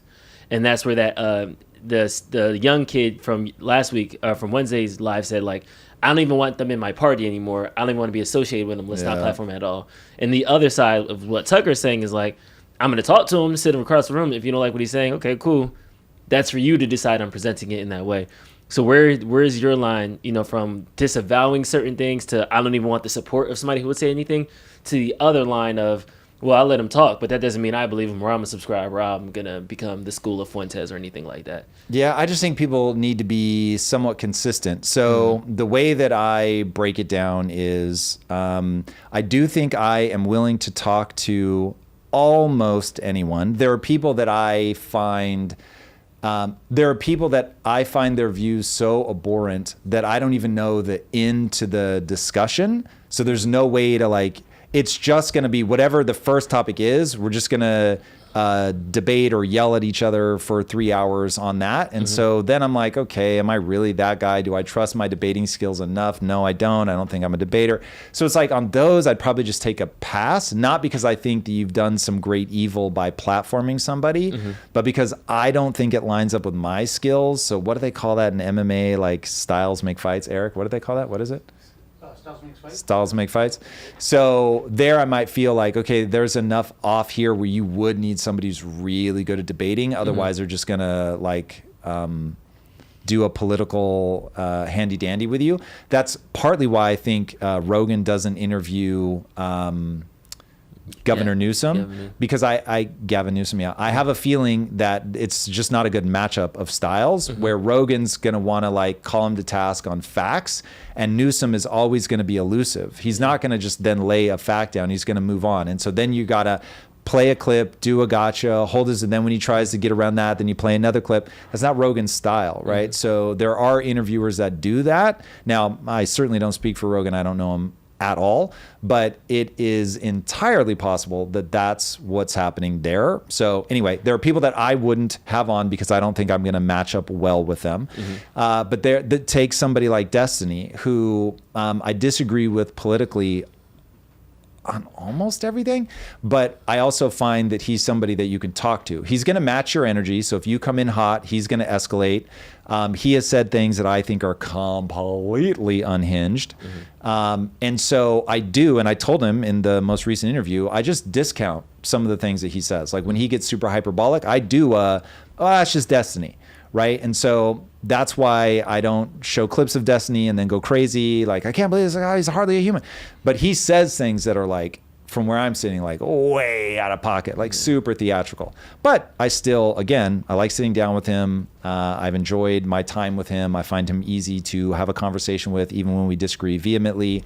And I feel no compunction to say, I want to walk through the 8 things you've said since the last time we were together that I think are unhinged, and I want you to take them all back. Like, that doesn't strike me as fruitful. I'm going to take him into areas where I think we can at least have a fruitful argument or a fruitful conversation. So that would be my take on that. But if I am that way with Destiny, but then like if I brought Mamdani on and I'm just yelling at him word after word out of his mouth, then it will be like, well, Tom, why are you unhinged with him, but you don't say those same things with Destiny? So people can expect me to be with Mamdani like I am with Destiny. And I'm very happy to say, listen, man, I think that you represent a murderous philosophy, but that's not going to be the energy that I bring in. But if you want to talk about that, I'm happy to go into it. So it would be like that. That's my personality. That's how I approach things. So when people are consistent, it's like, yeah, cool. I get it. That's who they are. The whole idea of not platforming people, I think, is a bit foolish. But if somebody is like, I don't want to talk to that person, either because styles or because they just gross me out, and so I don't want to be in the same room, yeah, no beef. HL Norman 7139 has a really good comment. They said the platforming is a huge contributor to siloing media. If we want to live in a world of 2 truths, keep it up. And that's the thing. I don't think that'll change that. It's not going to change it, because if you and I were looking at the same post, you click into the comments and I click into the comments themselves would be in different orders. So you're going to see the feedback of all the people that think and feel the way you feel. I'm going to see the feedback of all the people that think and feel the way that I feel. And so that problem is deeper. Now, to his point, I just don't think silencing people makes them go away. They did everything they could to silence Nick Fuentes, and it didn't work. I think it is far better to debate these ideas. Also, I don't think it's a good idea to say, like, this person's subhuman or whatever. I think that Nick Fuentes is out of his ever-loving mind for looking up to Stalin. Like, that's crazy. I cannot even imagine.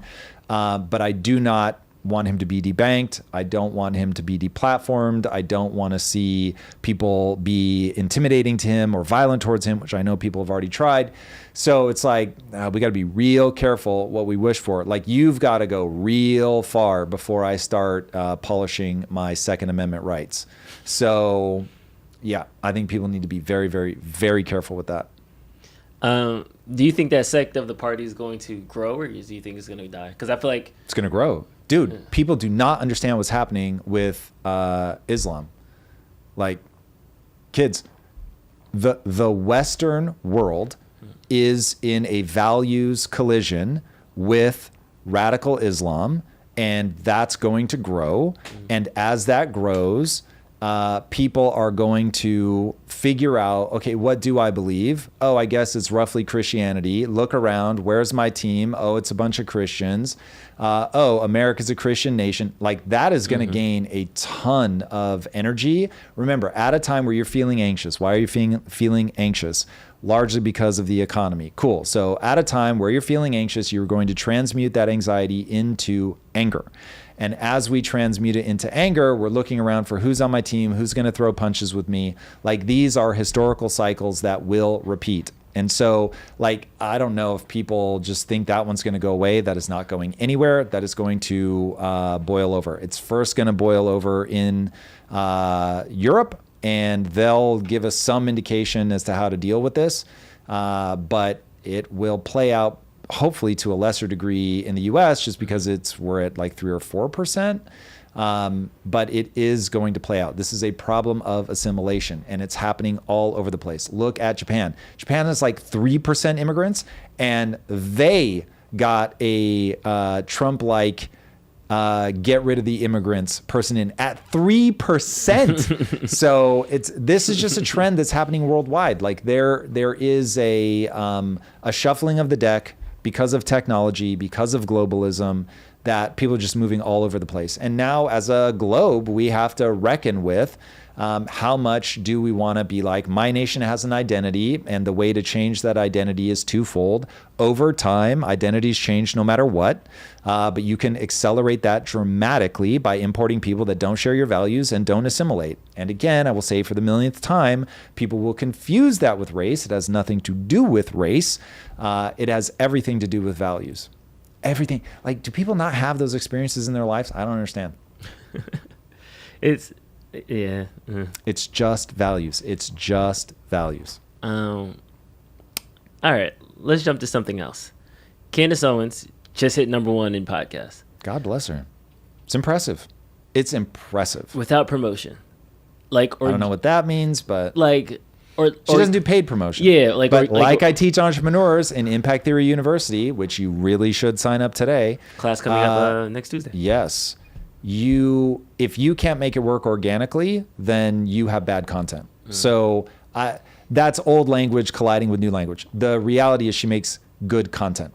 People love her content. She is an extraordinary content creator. She gets what this moment is. And that's where I was going with it, is that there is a level of her conspiracy theories, I'll call a spade, is attracting a larger and larger growing amount of people. People are trying to figure it out. People have this resentment. They're trying to People don't trust anything. Yeah. And is that based off of this, because we were just talking about values, is it now that because I don't trust anything, I value people who can help me get to it? Or is it because of my values, it's now driving my mistrust? Like, how is this growing skepticism bouncing off of value sets, and how did those things work I think together? you're asking like part 5 of a much larger question. So really what you're asking is, why is her content performing well? Her content is performing well for a whole host of reasons. So number one, there's a new type of content that's come on the rise. This is why I started live streaming, where in the age of AI, people want a person. They want to be able to engage with an individual, not the Daily Wire. They want to engage with the person, whether it's Brett, whatever her name is, whether it's Ben Shapiro, Candace Owens, right? Like, it's the fragmentation of that. Just give me the person, and I want to see Tucker Carlson completely unfiltered by Fox. I want to see Candace Owens completely unfiltered from the Daily Wire. Like, I want to know, what do these people really think? Okay, that's a big part of it. Just that's where culture is right now. Also, due to the breakdown of the elites no longer control the narrative, praise Jesus. But because that's happening, now it's like, oh, you've got to figure out, like, what is the truth? Because once you realize that everything always and forever has been a lie from time immemorial, it's like, oh, this has just been people trying to control what I hear. And now it's like you've got finally X has forced some level of actual freedom of speech.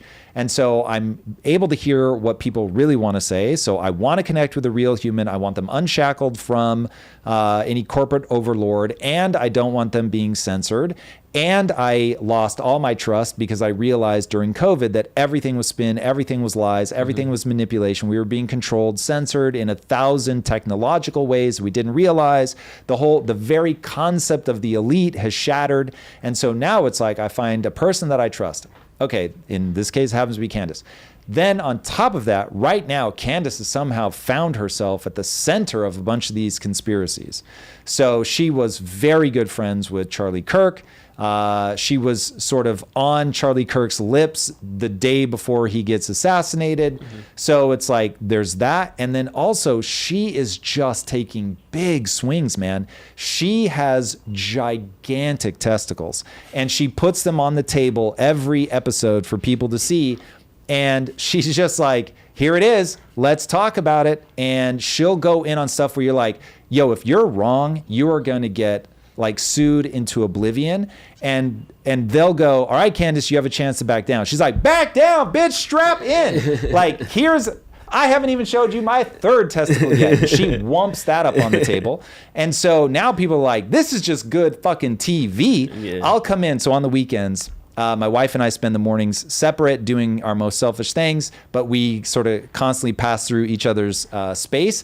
And my wife, whether she wants to admit it or not, spends a hilarious amount of time listening to Candace Owens. So I'll walk in the room and I'll be like, damn, like she's on some new shit, talking about some crazier stuff. I'm just like, holy hell. But admittedly, I'm there like getting a sip of something and I'm like, wait, what is she saying about? At least will be like, yeah, like, and she's got all the tea, right? And so she feels like gossip. Mm-hmm. She feels like gossip with insane consequences. She is extraordinarily good at extemporaneous speaking. She comes with receipts, so she's doing like all the background stuff, and it feels like a high wire act because everyone can imagine a world in 3 years where she's in a French prison. So you're just like, yo, this is high fucking stakes, man. And you want to see if she's able to pull it off. And let's not forget, she's also beautiful. So you put all that together, and she's got like some tradfi stuff to her. Didn't she write a book called Go Make Him a Sandwich? So it's like, what the fuck? She is everything that this moment wants, man. She is everything that this moment wants. So it's just like, really? And Go Make Him a Sandwich? Like, come on, you're everything. Stop, Candace. Save some for the rest of us. It's like, God damn. I'm for real. I'm impressed. I'm impressed, Candace. You do your thing. So, yeah. It's going to be wild. If she goes down in a ball of flames, though, people are going to roast marshmallows on that bonfire. So brace yourself for that one. I love how you grounded it. She understands what this moment needs. And to your point that, yes, I can be trad. I can call out things that have changed historically that were beneficial to a certain group. I am calling out that you're being lied and manipulated to. So it's like confirmation bias at the confirmation bias, and it's just like you get them hooked on that. So yes, it's good TV, man. It's good TV. And yeah, we had her on our show when she was. I was terrible though. Yeah. I was terrible. I'm not even gonna send people to watch that episode. Oh, my wife is still here. So yeah.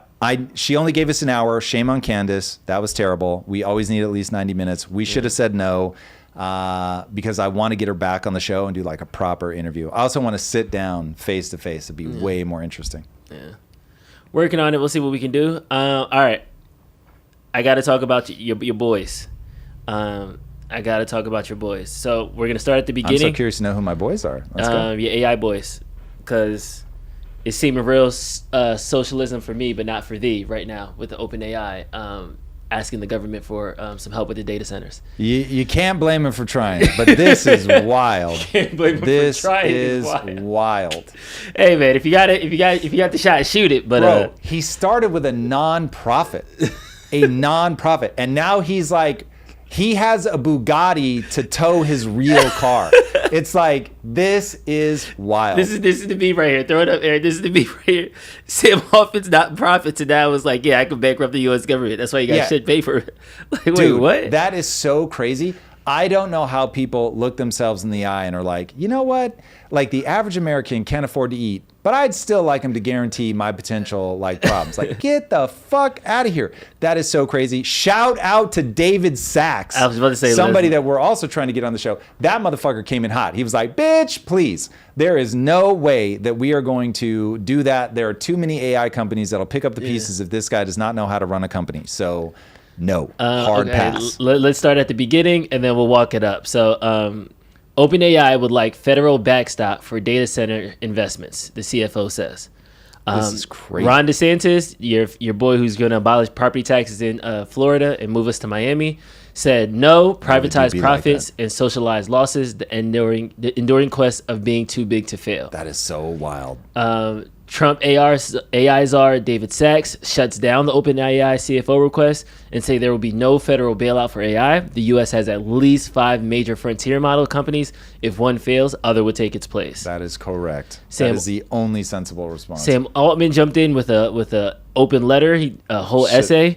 Yeah, I'm gonna start at the first paragraph. Like novella. We could. We're not reading this whole fucking thing. It just goes on and on forever. In fact, hit Grok? Grok will give you a summary of this. Interminably long. Sam Altman's post clarifies OpenAI's rejection of government guarantees for its data center expansion, emphasizing free market failure as acceptable while advocating for U.S. government-led AI infrastructure like a national compute reserve to benefit public strategy, not private firms.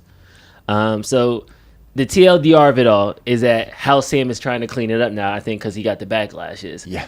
I was just trying to say it would be good for the government to have data centers, not for them to be used by me, even though I'll use them at first to get the government going. We but just after need that, a it's little their, bit of China, Drew. We it's just their need a data little center. It's not China. my data center. Your name is definitely on the lease.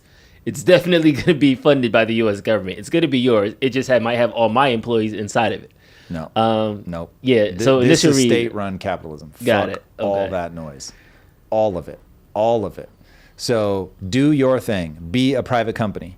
And if you win a government contract for something, great. Then the government becomes your customer. But yeah, this is, we are not here to out China. People need to stop with this shit. This is stupid. And he also was, yes, here's a clip. I was looking at it. He's also under fire because he's talking about the $1.4 trillion valuation when the company has $13 billion in revenue. And Sam's response was a bit interesting. So let's pull this up too. How can the company with 13 billion in revenues make 1.4 trillion of spend commitments? And you've heard the criticism, First Sam. of all, we're doing well more revenue than that. Second of all, Brad, if you want to sell your shares, I'll find you a buyer. That's gangster. That's a good response. Enough. People are. I think there's a lot of people who would love to buy extremely OpenAI catty, shares. I don't think you would Including want to sell, myself. Including myself. Pause it for a second. I'm impressed with that clapback. Sam's like, he's had enough. Sam's tired of your shit. Yeah. He's like, you're going to hold on to them. I know you're going to hold on to them. So don't give me this bullshit. Well said. All right. Back to it. with a lot of breathless concern about our compute stuff or whatever, that would be thrilled to buy shares. So I think we could sell, your shares or anybody else's to some of the people who are making the most noise on Twitter, whatever, about this very quickly. We do plan for revenue to grow steeply. Revenue is growing steeply. We are taking a forward bet that it's going to continue to grow, and that not only will ChatGPT keep growing, but we will be able to become one of the important AI clouds, that our consumer device business will be a significant and important thing, that AI that can automate science will create huge value. So, there are not many times that I want to be a public company, but one of the rare times it's appealing is when those people are writing these ridiculous OpenAI is about to go out of business and, whatever. I would love to tell them they could just short the stock, and I would love to see them get burned on that. But, we carefully plan. We understand where the technology, where the capability is going to go, and how the products we can build around that and the revenue we can generate. We might screw it up. This is the bet that we're making, and we're taking a risk along with that. A certain risk is if we don't have the compute, we will not be able to generate the revenue or make the models at this kind of scale. Yeah, listen, he's right. It's if they essentially become the backbone of the way in which AI will be embedded in everything that we do, then that $1.4 trillion valuation will literally be nothing.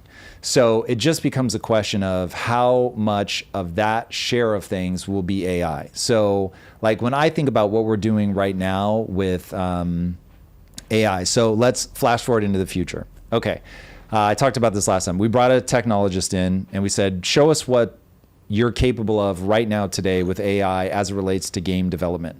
And he was about a year ahead of what I thought existed. And I was like, holy shit. Nice. And so I'm on top of this stuff. And if I got caught off guard and it's like, okay, well, how did you do that? And he said, we're AI agnostic, and you can pull from any of the major models that are out there.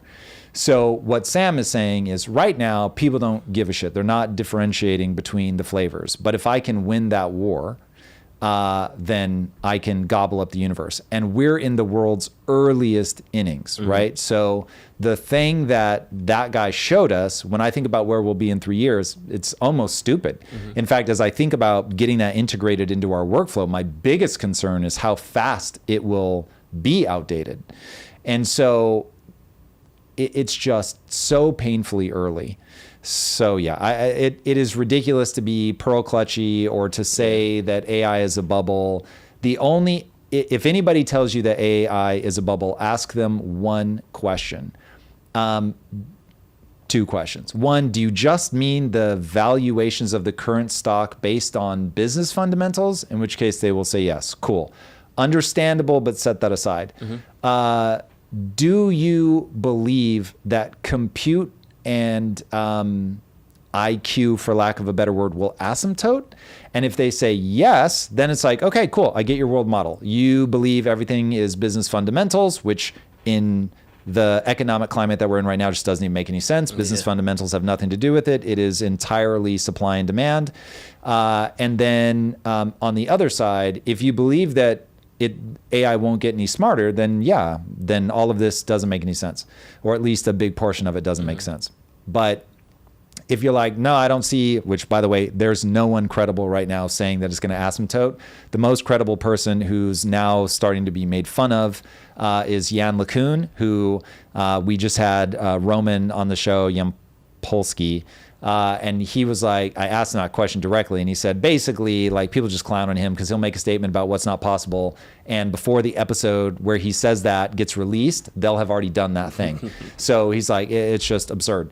So this stuff is going to continue to grow. It's going to continue to get smarter. We are just at the absolute 1 yard line of integrating AI into our lives. It is going to be everywhere, in everything, all the time. And so it's a fight to see which model is going to be at the core of that. Now, he could lose, and then it's not them. Yeah, but I think that's my question, is because when cell phones first started, there was Nokia, there was Motorola, there was Samsung. Like, there's all these. So the Apple and Samsungs have kind of been head and shoulders away from all these other companies. Some has fell, some have rebranded, some things have like that. So from that perspective, that's very much on the table, and he's aware it is a race. It's me versus Claude. Yes, versus and Grok it's versus his fiduciary responsibility to say that it's just going to be him.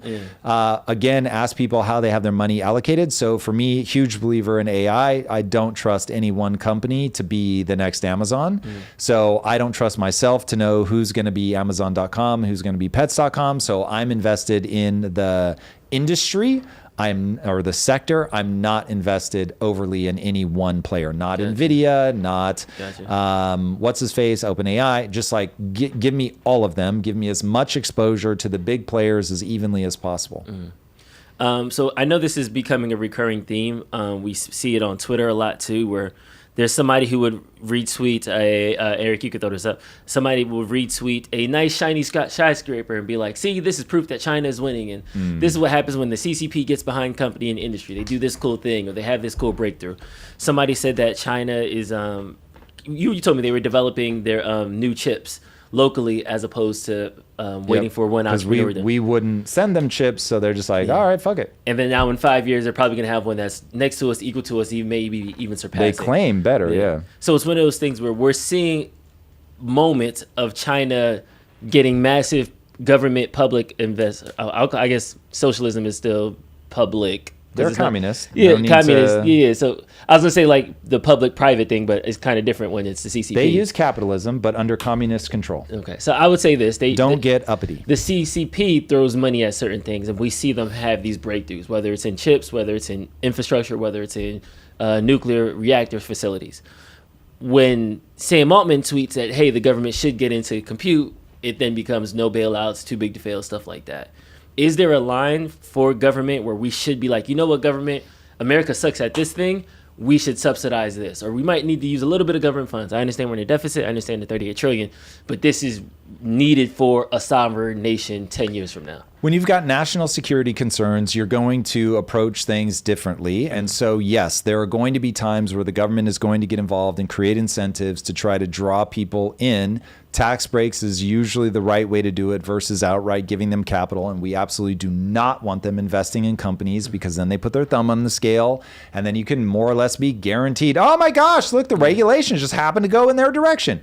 So that's where you get a a regulatory capture issue going on in the extreme.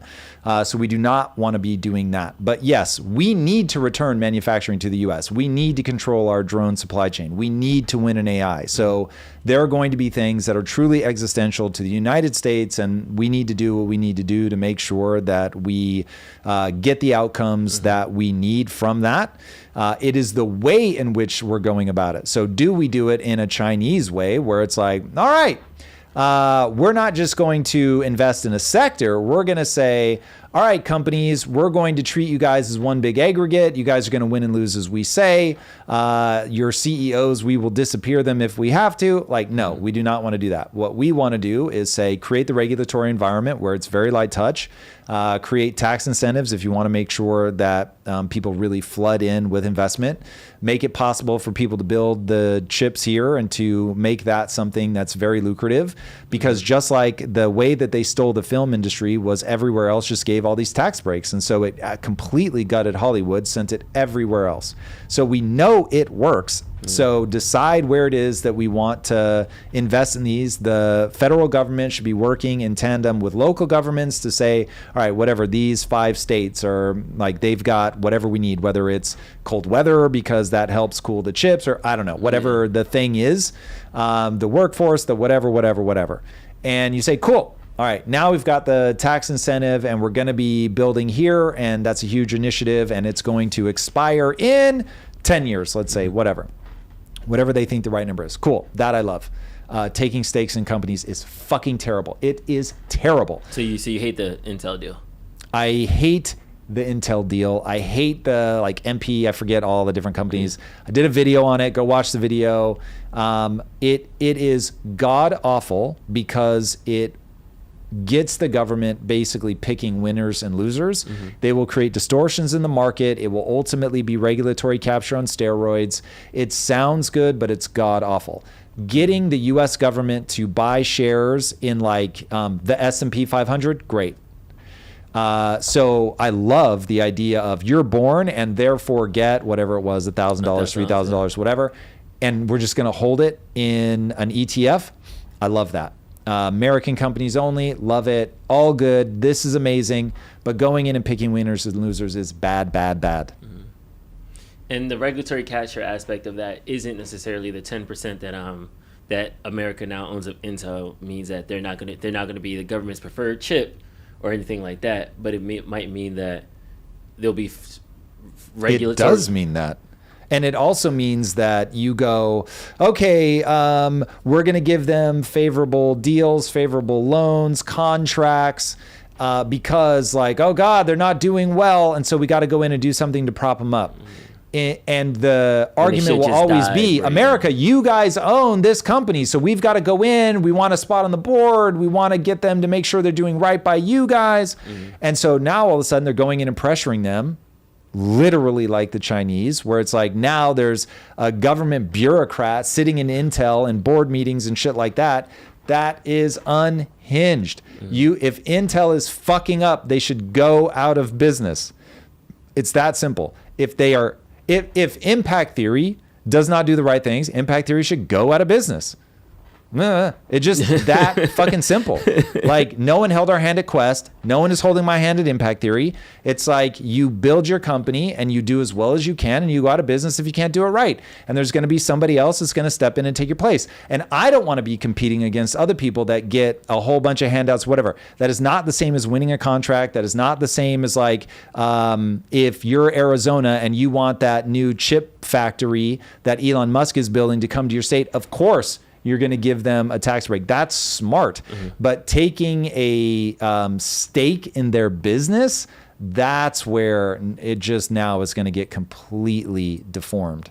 Let's frame that around the recent Medicaid deal that Trump and Emmett Maha just announced yesterday, where Ozempic, Wegovy, a lot of the weight loss drugs, the GLP-1s, they now have a reduced copay on Medicare. In that sense, a government deal in that way, I'm thinking, is it kind of similar to a wholesale deal? So you're okay with those types of deals, but it's when we get the ownership stake. Well, now you're saying, okay, you have a completely fucked up healthcare system. What do you want them to do about the completely fucked up healthcare system? Do you want to see them lower drug costs? Yes, I do. Why? Because if they don't, this is going to bankrupt America. So the rest of the world basically negotiates, the government negotiates as a single body, and so they're able to get all the drug prices down. America doesn't do that, and that's been our downfall. But the reality is this should be something that exists in the private sector. If we stopped letting regulatory capture and government mandates fuck up the entire industry, I think we'd be in much better shape. But America's decided that you can eat yourself into just absolute oblivion and then expect the government to pick up the tab of your 30, 40 years of healthcare and not negotiate on your behalf. You can't. First of all, you shouldn't do either, but you certainly can't do both. So you've either got to negotiate better prices or you have to leave the free market to do what the free market does. It is wild to me that we have people that have like these chronic illnesses and we're like, you can't block anybody out. You got people smoking, eating themselves into oblivion, and we're acting like this stuff isn't controllable. Dude, it is controllable. It's controllable. There was not a single obese person in Auschwitz. That was a negative externality of like the ACA, is that we didn't have health insurance for a large majority of people, 20, 30 million Americans, because they were pre-existing conditions that just blacklisted them for having it. You smoked too much, your lung cancer was too high, your diabetes was too bad, whatever it might have been. There was all these stipulations and diseases that weren't eligible for healthcare. And then now we socialized it, got healthcare for everybody, but that's why the healthcare cost has been skyrocketing, why a healthy person is paying $1,000 while the Medicare super sick person is still having theirs subsidies kind of pressed down. And you would have to do something like, again, if America is willing to balance its budget and say, but one of the things that we're going to pay for is everybody's healthcare, cool. If the budget is balanced, like, great. But I would say there needs to be means testing. There needs to be some incentive for people to get healthy. And so if the government is paying for it, how do you create the incentive? Is it tax breaks in other places? I don't know. But you need to figure something out. You need to incentivize people to get in shape because being healthy is 90% of what you don't eat. And so just getting people to not eat certain things it's 90% of the battle.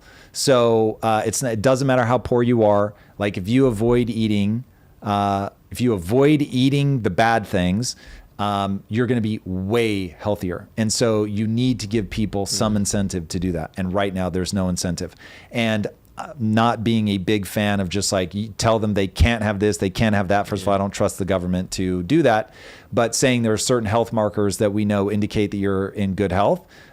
So body fat percentage is going to be one, blood pressure, blood sugar levels. Like there is a small handful of things that you could get. It's just a rough swag of like, is this person headed in the right direction or not? Now, hold on, because over the last, I would say 5 minutes, I've been saying things that are wildly inflammatory and you are just so numb to it. Like you're not even reacting. Is chat really just like, oh yeah, that's all fine. There's no way. I just said like, for anybody outside of this community, these are the things that people would like pick at every event that I do. Like they'll go crazy. They'll pick it to have signs outside. Oh my God. Like there's no way. If we really manage to get a group of people that are on board with all of that, if so, God bless you all. Like I'm excited you're here. I'm just shocked.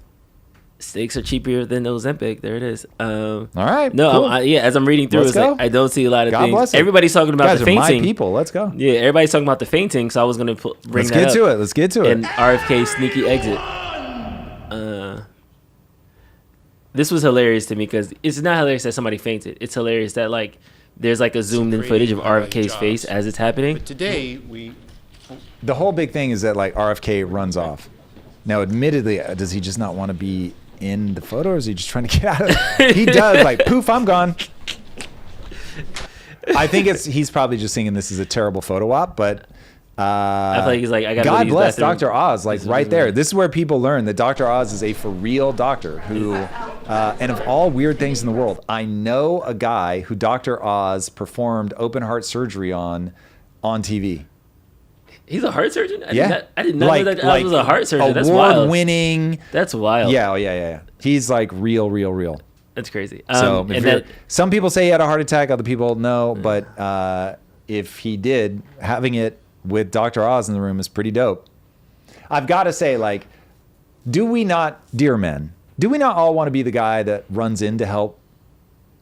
I get the photo op thing, but like, Kit just put in there. They said RFK went to get help, so he went to go. Hey, we need this. Okay. Dr. That's Oz better. was the That's doctor better. of it all. But I want to be Dr. Oz. I want to be like, I got this. Now, I'm a admittedly, doctor. if you're having a heart attack, I'm not the guy you want next to you. Though, Drew, story time. This is crazy. I can't believe this is a true story. Christmas Eve.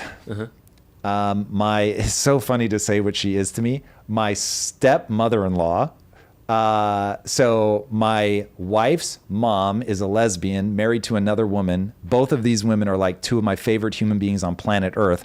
One of them happens to have a birthday on Christmas Eve. So every year they're at our house for Christmas. So they're there for Christmas Eve. We're going to do this big poker party. She loves poker. And so we have like this private dealer come to the house, and Lisa, there's two of them. Lisa sees them carrying the like table upstairs, and one of the guys is like breathing real heavy. She's like, "You okay? Do you want us to carry it?" No, I'm fine. And they set up the table, balloons everywhere. And Lisa's like, "Oh, baby, go get me some drinks."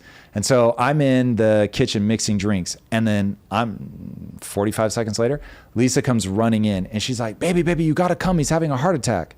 And I'm like, what?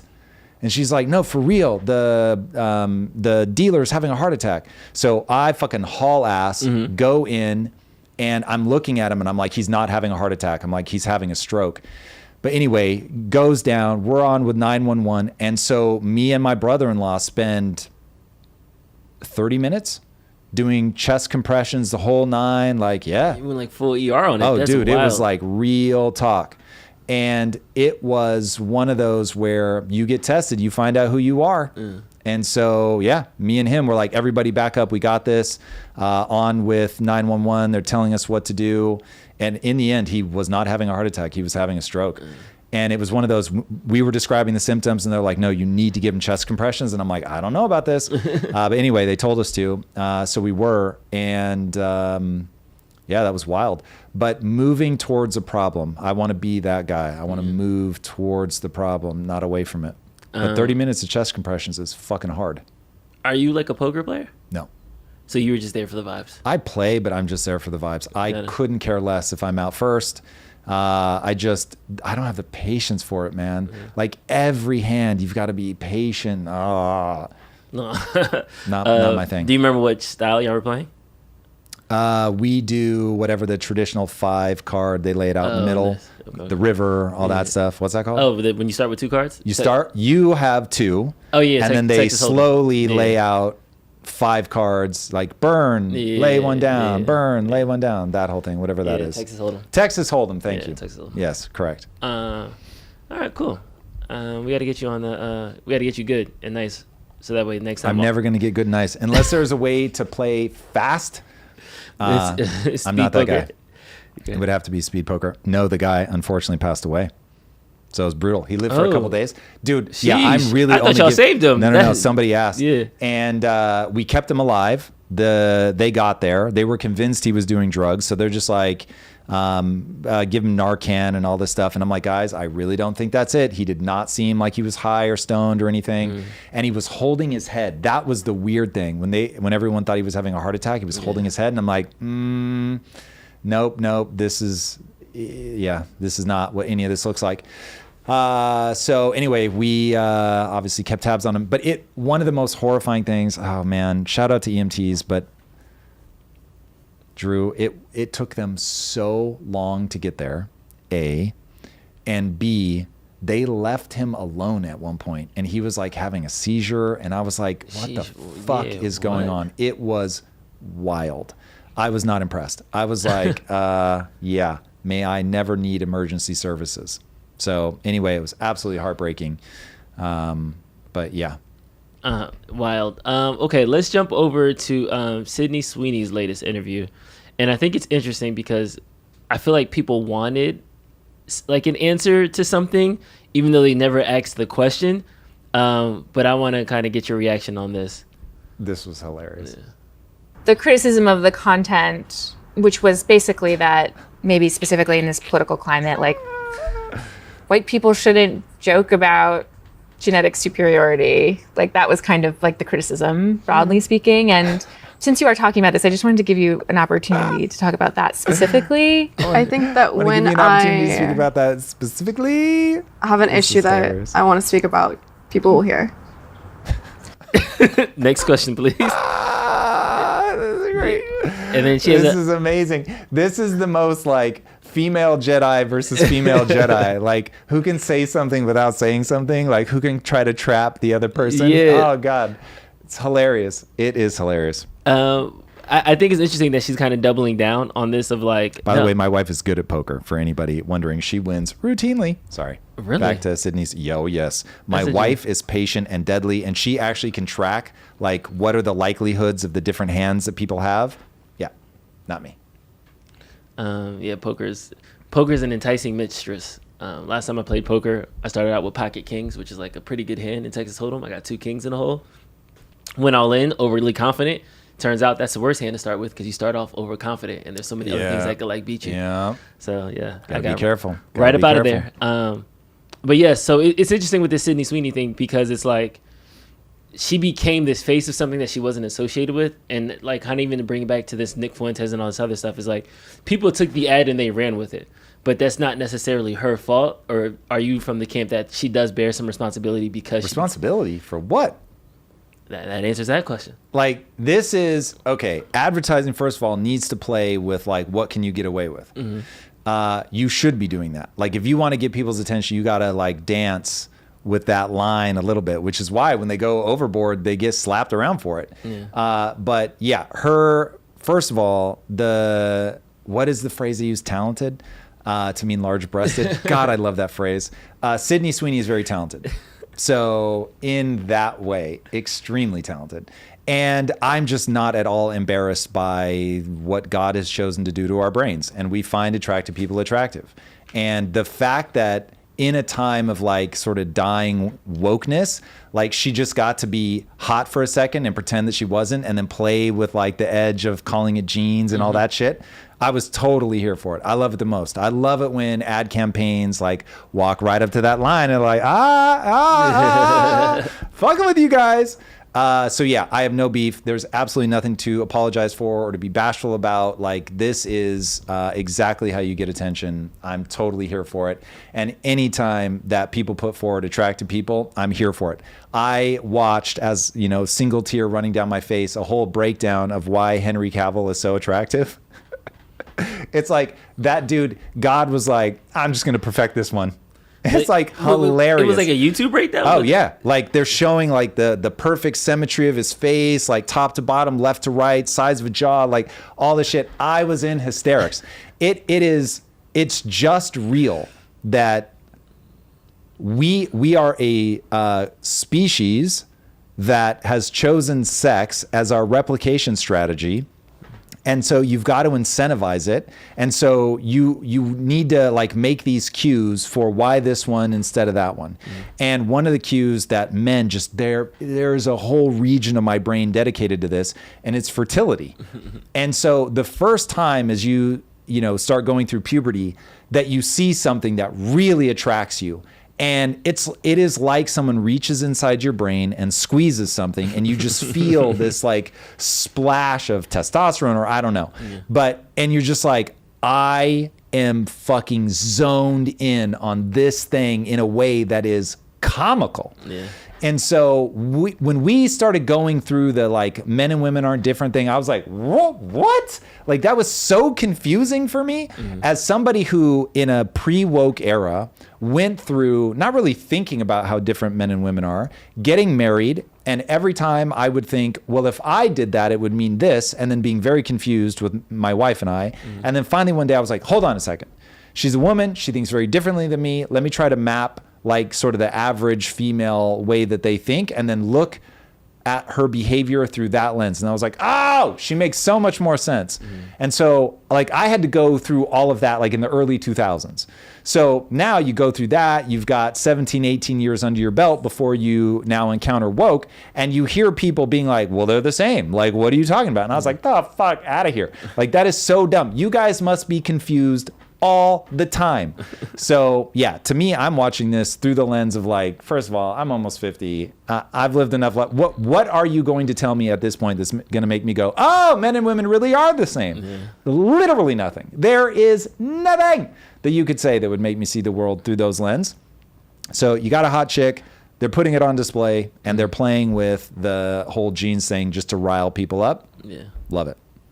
All right. In other celebrity revisionist news, Kanye is out here talking to a rabbi and says he expresses a desire to make amends, and he's apologizing for his past anti-Semitic remarks. Us to be able to sit here with you today and just take accountability. I was dealing with some various issues. Everything about him sounds different. It doesn't even sound like his voice. Mm-hmm. Do you think he's back on meds? It sounds like, I thought it was AI for 2 seconds. I'm not gonna lie to you. When I read this, like first watched this video, but then I seen that he's going back on tour. So I was like, oh, okay, perfectly timed. Yeah, I really think he's on meds. Yeah. Like, and he does seem muted. He seems muted. Yeah. His voice sounds different to me. Like the way the affectation that he uses when he talks almost sounds like a different sounds like a different accent to me. So it is, I just assume he's taking medication again. Bipolar also. So it would take the ideas I had and have me take them to an extreme where I would forget about the protection of the people around me and myself. We'll see, man. We'll see. What? The unhinged anti-Semitic Kanye was definitely not my favorite arc. So I love that he's backing off. I love that he's modeling that you can make amends and all of that stuff. But what's your term on like forgiveness and stuff? Like, do you let people who kind of might have a bad week, do you write that off, or are you like, I forgive but I don't forget, and you always done this thing like? It really depends on if it's interfacing with me or not. Mm-hmm. So I try to build a mental model of who somebody is, and so this, to me, I look at this and go, okay, Kanye is the kind of person that is bipolar, so odds are that he's going to swing wildly in one direction or the other. Mm-hmm. When he swings, there's like a period where he's very entertaining, and then there's a period where he goes so far that he's doing certainly economic self-harm, even if not physical self-harm. And so it's like, okay, I got all of that, and then when he gets it back together, then he's far more likely to seem sort of rational or reasonable, but he's far less entertaining. And so it's this fascinating, milieu of how the brain works. So I look at it from that perspective. From the perspective of somebody that interfaces with me, again, I am trying to just map out who they are. And I don't know that I interface with the world in the same way that a lot of people do. And this is in no way, shape, or form a justification of it. But it will be, I think, maybe instructive to contrast how my wife and I are. So when people in our lives have, let's say, done things that she and I would consider a betrayal, they probably wouldn't, but we certainly did. I go, oh, they're the type of person capable of a betrayal, or, oh, they're the type of person who's weak or whatever. But if I run into them and I meet them again, I'm not feeling anything negative. I'm just like, oh, okay, cool. Scorpion, don't ride on their back because they will sting you, or don't let them ride on your back because they'll sting you and then you both drown, right? The old parable of the scorpion and the frog. So that's how I read it. Whereas for her, it's very emotionally distressing. Like, this person wronged me and there needs to be some sort of justice for that. I don't have that impulse. I'm just like, oh, cool. I now know what category to put you in, and then I move on. So I'm very grateful for that. It feels like wiring. It does not feel like something I earned or that I set out to do. It's just, if it's true that ADHD people have they call it object permanence. It's not quite that bad, but there is, for me, if I'm not interacting with somebody, they fade in my memory so fast. So whatever the opposite of PTSD is, that's what I have. So it's like the emotional salience of that person having done bad thing to me, like, evaporates very quickly. But it's not like, oh, then when I see them, oh, things are just positive again. Yeah. I'm just completely back at neutral. And Lisa will say routinely, she's like, I wish I had your memory, because for her, that sting, that betrayal will last forever. And she'll have to remind me sometimes that it even happened. And I'll be like, oh, fuck, that's right. So yeah, I don't take things too personally, but it also means that I have a hard time like really drawing somebody into my life. So I'm close to a very small number of people that I've been around for decades. And outside of that, like, That's real. That's real. We got a super chat. Yeah. Super chat. Hey, double super chat. Marisha Dark said, Tom, leveraging your curiosity is one way into any conversation. Asking questions is more effective than making claims, even if you disagree with their POV. Think Daryl Davis or Dr. K. We're all humans at base level. I agree. It's interesting. I may have a slightly different take on Dr. K. I don't know enough about him, but I interviewed him once. He does seem a little judgy to me, if I'm completely honest. But heard on the principle and totally agree. Totally agree. Try to understand somebody first, and then if you have disagreements, fair enough. But start with trying to understand. All right. Heading over into gaming news, there are some shockwaves happening across the sector, especially if you're based in California. This is a tweet from Grums. This is a massive pullback by all Asian investors, by the way, including Tencent last year. Nobody wants U.S. devs. Asia funded the huge explosion in studio and Western games, and they have deep buyer's remorse. Who wants expensive devs that just want to be activists instead of sell games? And this is on the back of Square Enix fires California staff to focus on Japan. No Phoenix Dawn for Western Square Enix employees. An unknown number of employees in the UK and California have been terminated as the company pivots to putting all of its efforts into the Japanese studio. This is very interesting to me. So there's legislation being proposed in Japan. I'll be interested to see how it plays out, where worldwide there are a lot of people trying to censor anime, largely because of stuff that I hate anyway, so I haven't been too up in arms about it, but like the whole lolly stuff, I'll let people that are prepared to defend that. But I will say that I do like Japan having independence to create cultural things that are fascinating. They've created some of my the most impactful IP ever, and there is like a weirdness to Japan. I don't know, something about the repression, but then when they tell stories, they go all the way. It's very interesting. Mm-hmm. So America took the exact opposite approach, and we became very like, not morality tales where there's like a shared thing that we're trying to pass on to kids, but like moralizing, which might be hard for people to parse the difference, but like this really judgmental, looking down on people, like the narrative, as people will call it, wokeness, all that, really did begin to permeate things for a long time. And so it's not selling.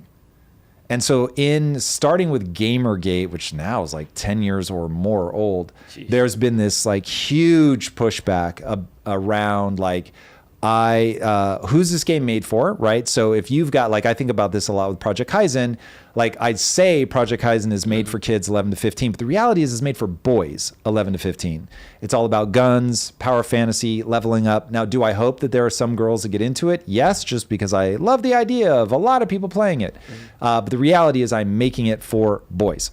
And Japan has always been very good at like, this thing is made for girls. This thing is made for boys. This thing is made for young women. This thing is made for young men. And they have very different categories. The categories have different names. Like, so everybody knows, like, is this shonen, shoujo, seinen? I forget the older woman one. There is a name for it though. And so it's like, who's this for?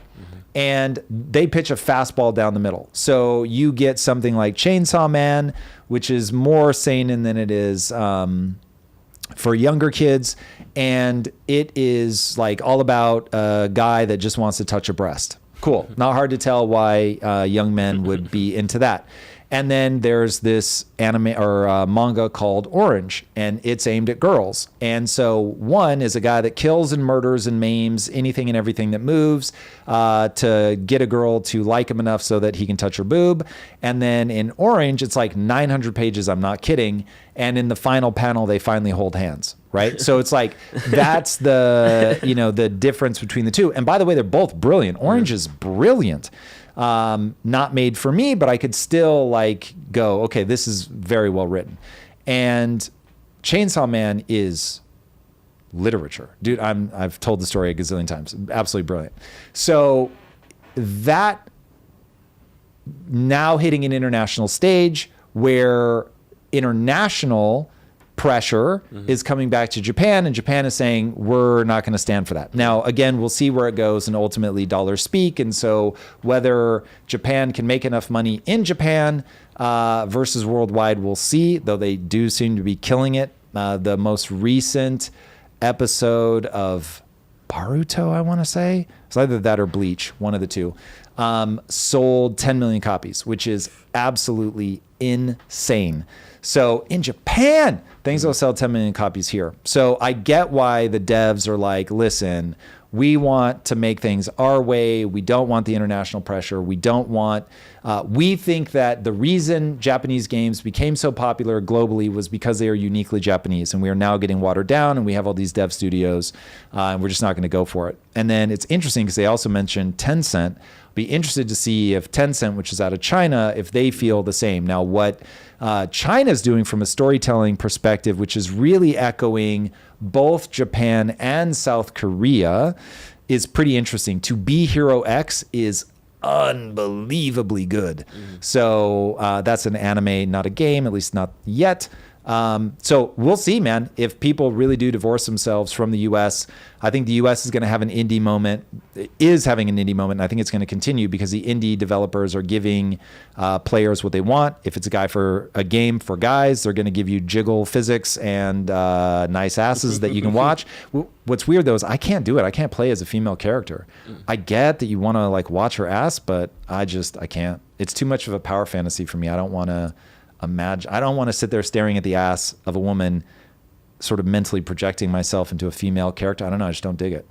But it's very popular. Very popular. That's interesting. I never thought about it like that. The last game I thought of was Far Cry, and I played as a female character. Why'd you pick the female character? I don't know. I just kind of... Literally, like, neurons are firing. I don't know why. She was female. She looked cooler than the dude. The dude looked like, yeah. But cool like, to me means I want to look like that. Her style was better, like aesthetically. Interesting. Like, the dude was just like, he was a little drabby. I can't do it. Can't do it. Did you say he's a little grabby? Like drabby. Like, drabby. Like that makes a lot more sense. His build was weird. And I was like, like, she looks like a better build. But like Tomb Raider. Or Tomb Raider, was that also like... A, I'd never played Tomb Raider, and B, I didn't not play Tomb Raider because it's a female character. If it was like dope video game and the main character happens to be female and that's my only option, I'll play dope game. I don't have like a, oh my God, I would never do that. It's just like if, for instance, I get a free skin in Fortnite and it's a female skin, I'm never going to play with that skin. I would never buy a female skin.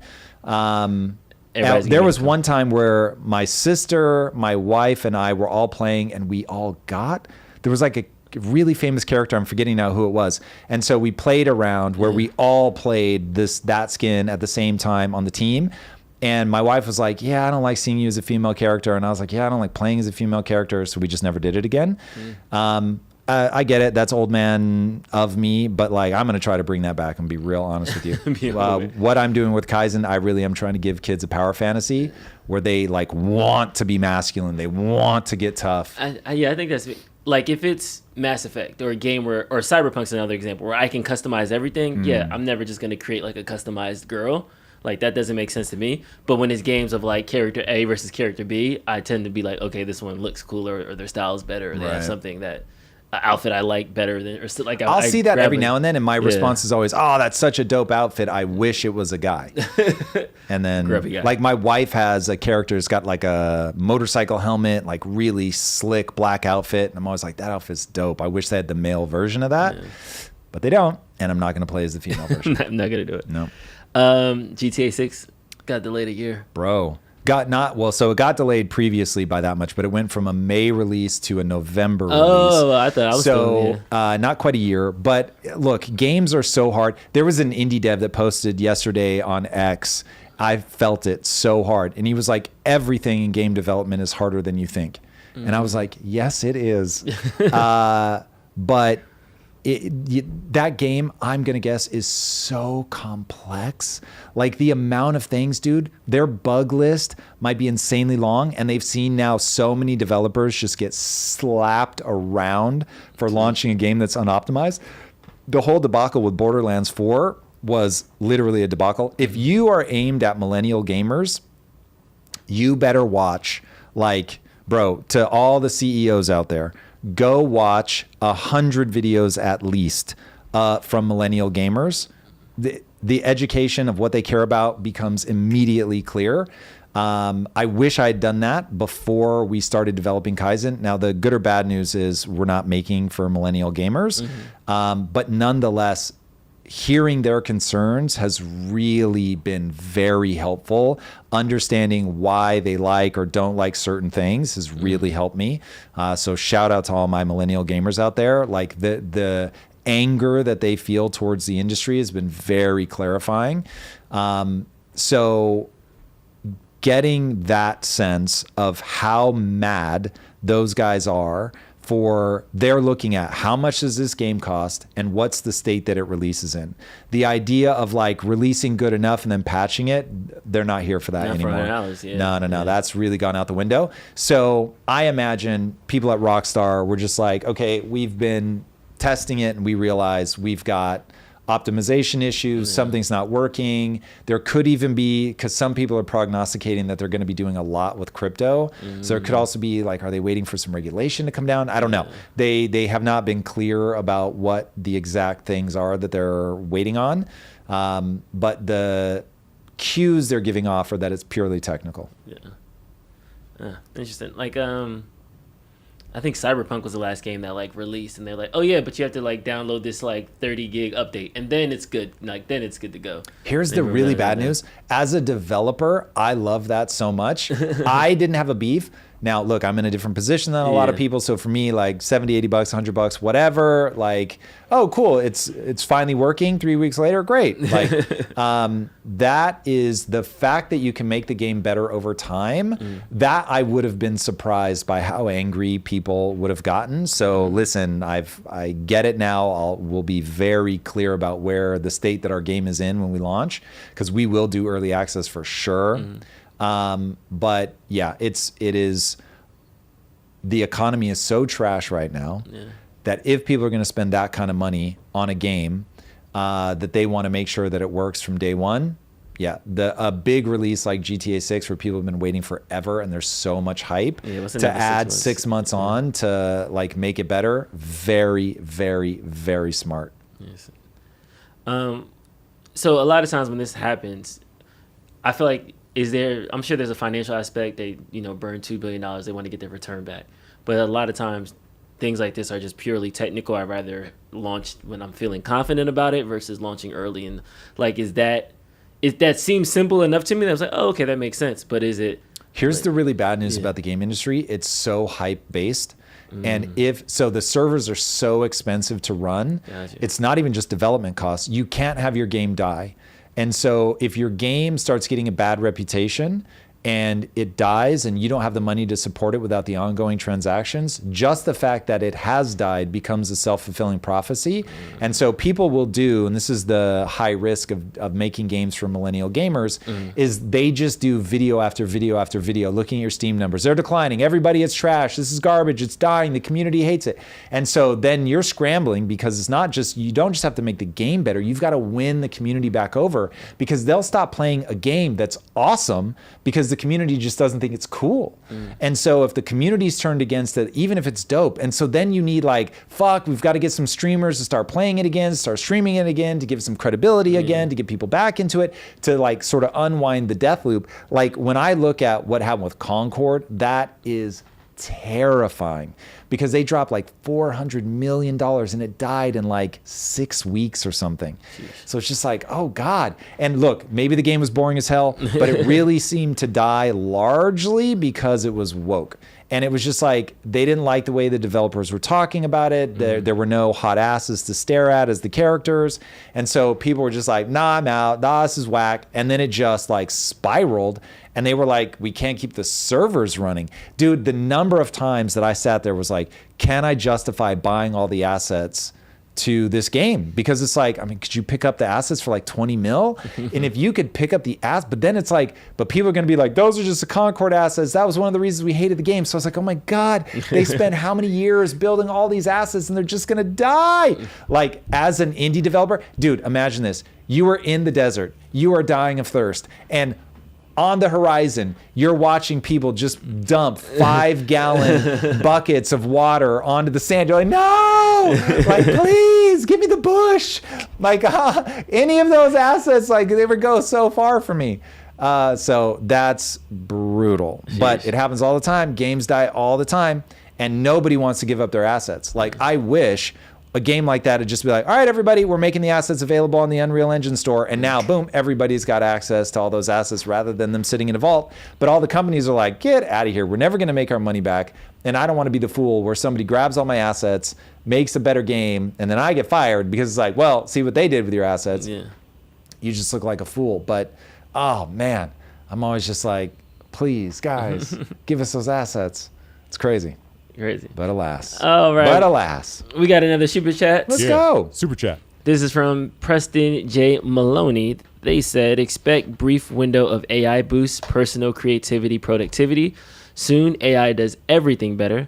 How can we feel human need to contribute meaningfully? Also, if integrating with AI, what about our logic reasoning atrophy? Yeah, those are all the exact things to be worried about. And the reality is that meaning and purpose is going to be the problem. We are going to end up in a brave new world. A lot of people are going to do drugs and have sex and just absolutely flame out. Suicides abound. That's going to be a real thing.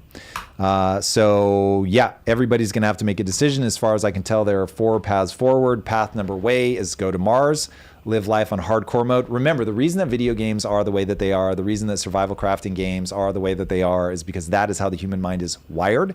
We are survival crafters as a species.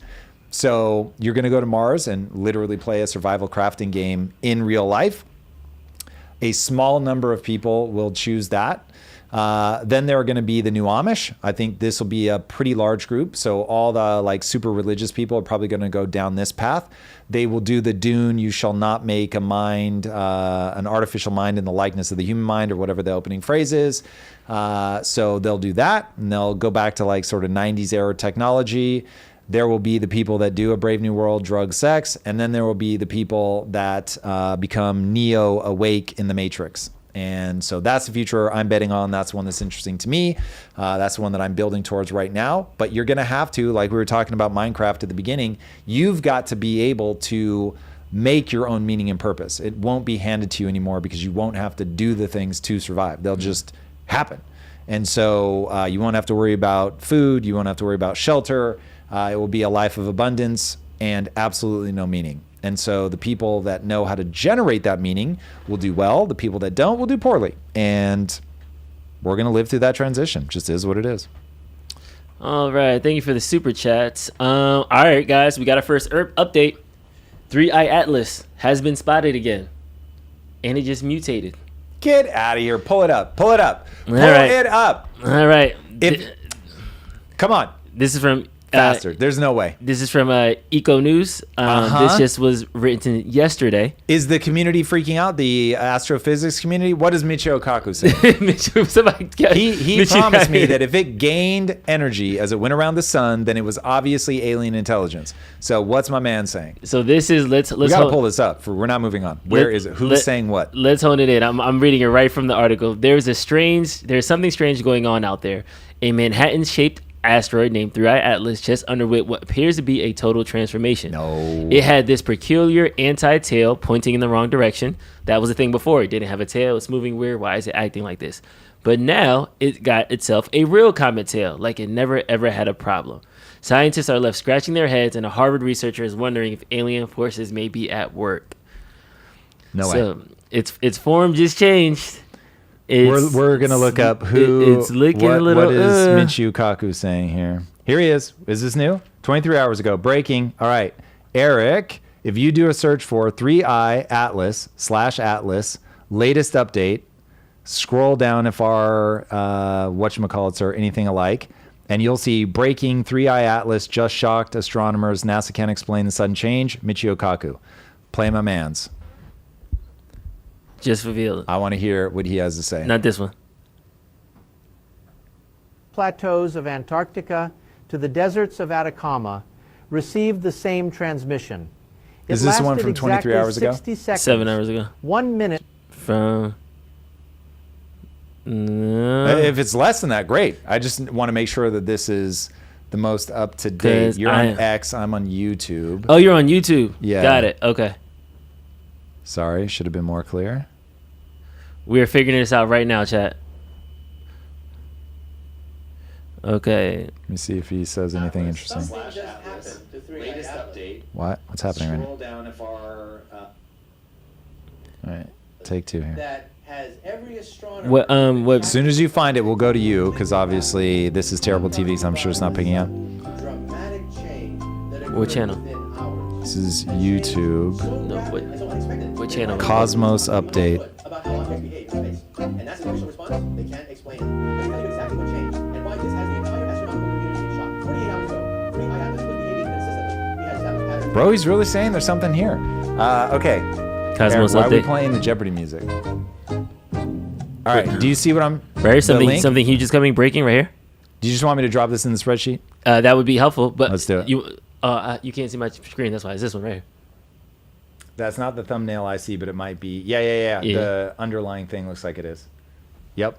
Something just happened to 3i Atlas that has every astronomer who's been tracking this object completely baffled. I'm talking about a sudden, dramatic change that occurred within hours. A change so rapid and so unexpected that it violates everything we thought we understood about how objects behave in space. And NASA's official response? They can't explain it. Let me tell you exactly what changed and why this has the entire astronomical community in shock. Dude, 48 hours what is ago, happening?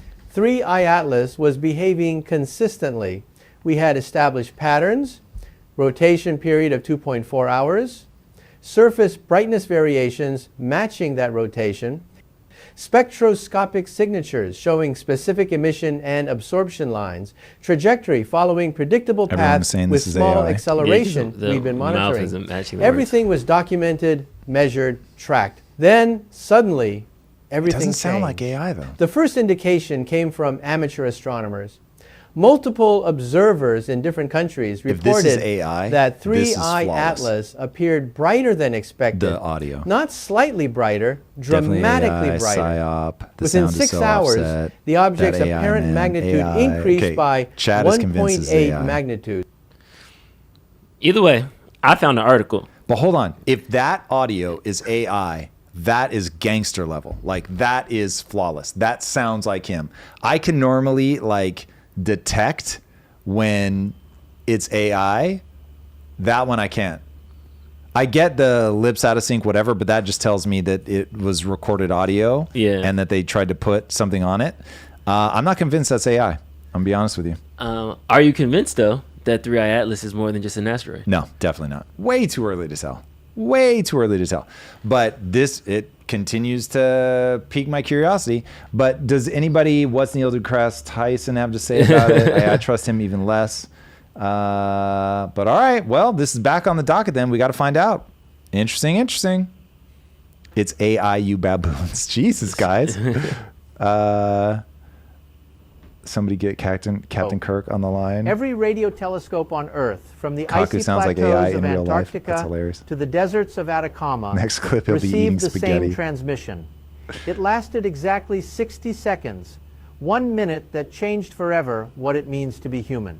It wasn't a signal. God, I cannot hear the mathematical noise. normally it you can wasn't hear random like in the record interference. quality it the was a AI message of it all. spoken It's interesting. in That's perfect getting neutral scary. English. Okay, And what it well, said we'll find was out. enough to We'll keep an send eye. world We'll leaders assume for now rushing- that this is much ado about nothing. But if now, what was the announcement that you were reading? Was the letter?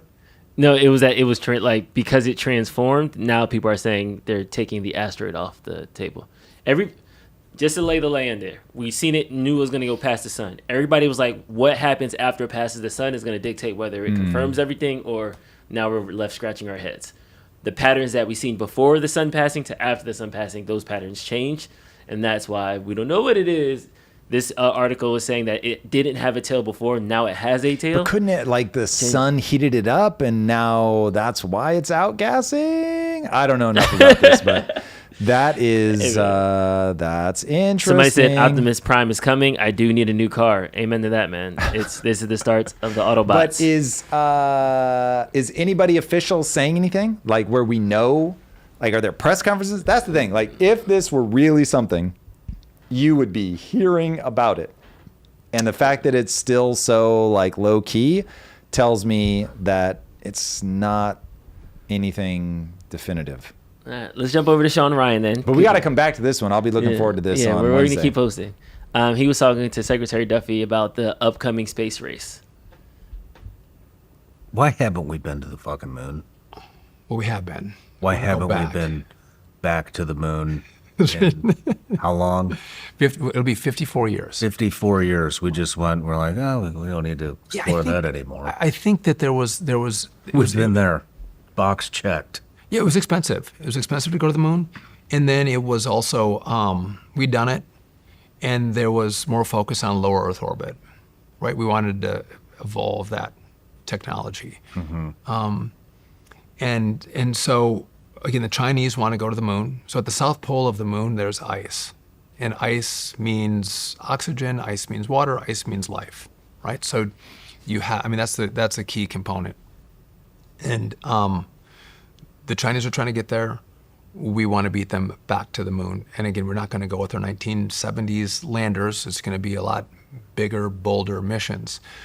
But what's important is what we learn in the mission to the moon and how we do it on the moon, and how we have sustained human life on the moon, how we have a base on the moon. That would be wild. If what we we have learn there is going to sustained life on the moon. I love that. In a way that I can't even fully articulate. Like, that is my jam. I was always skeptical about that we went to the moon.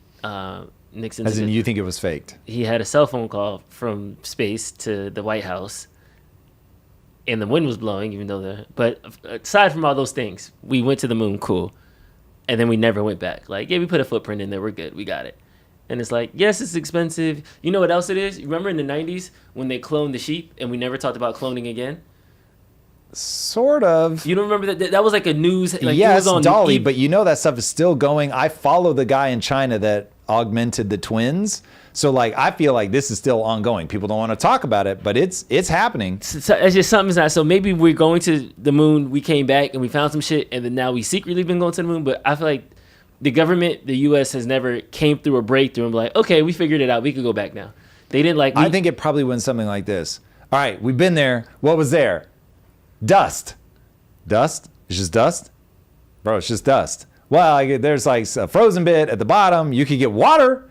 What?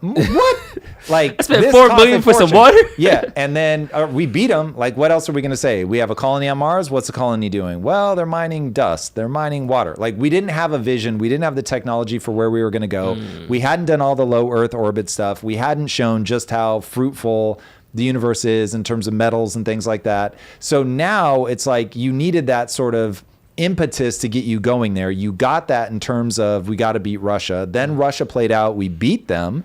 So there were nobody else to race against. And now what's happening again? We're trying to beat China. So now you have another country that's like pushing you. It's like, you're not that fussed about that girl until somebody else wants her. And then it's like, okay, well, hold on a second.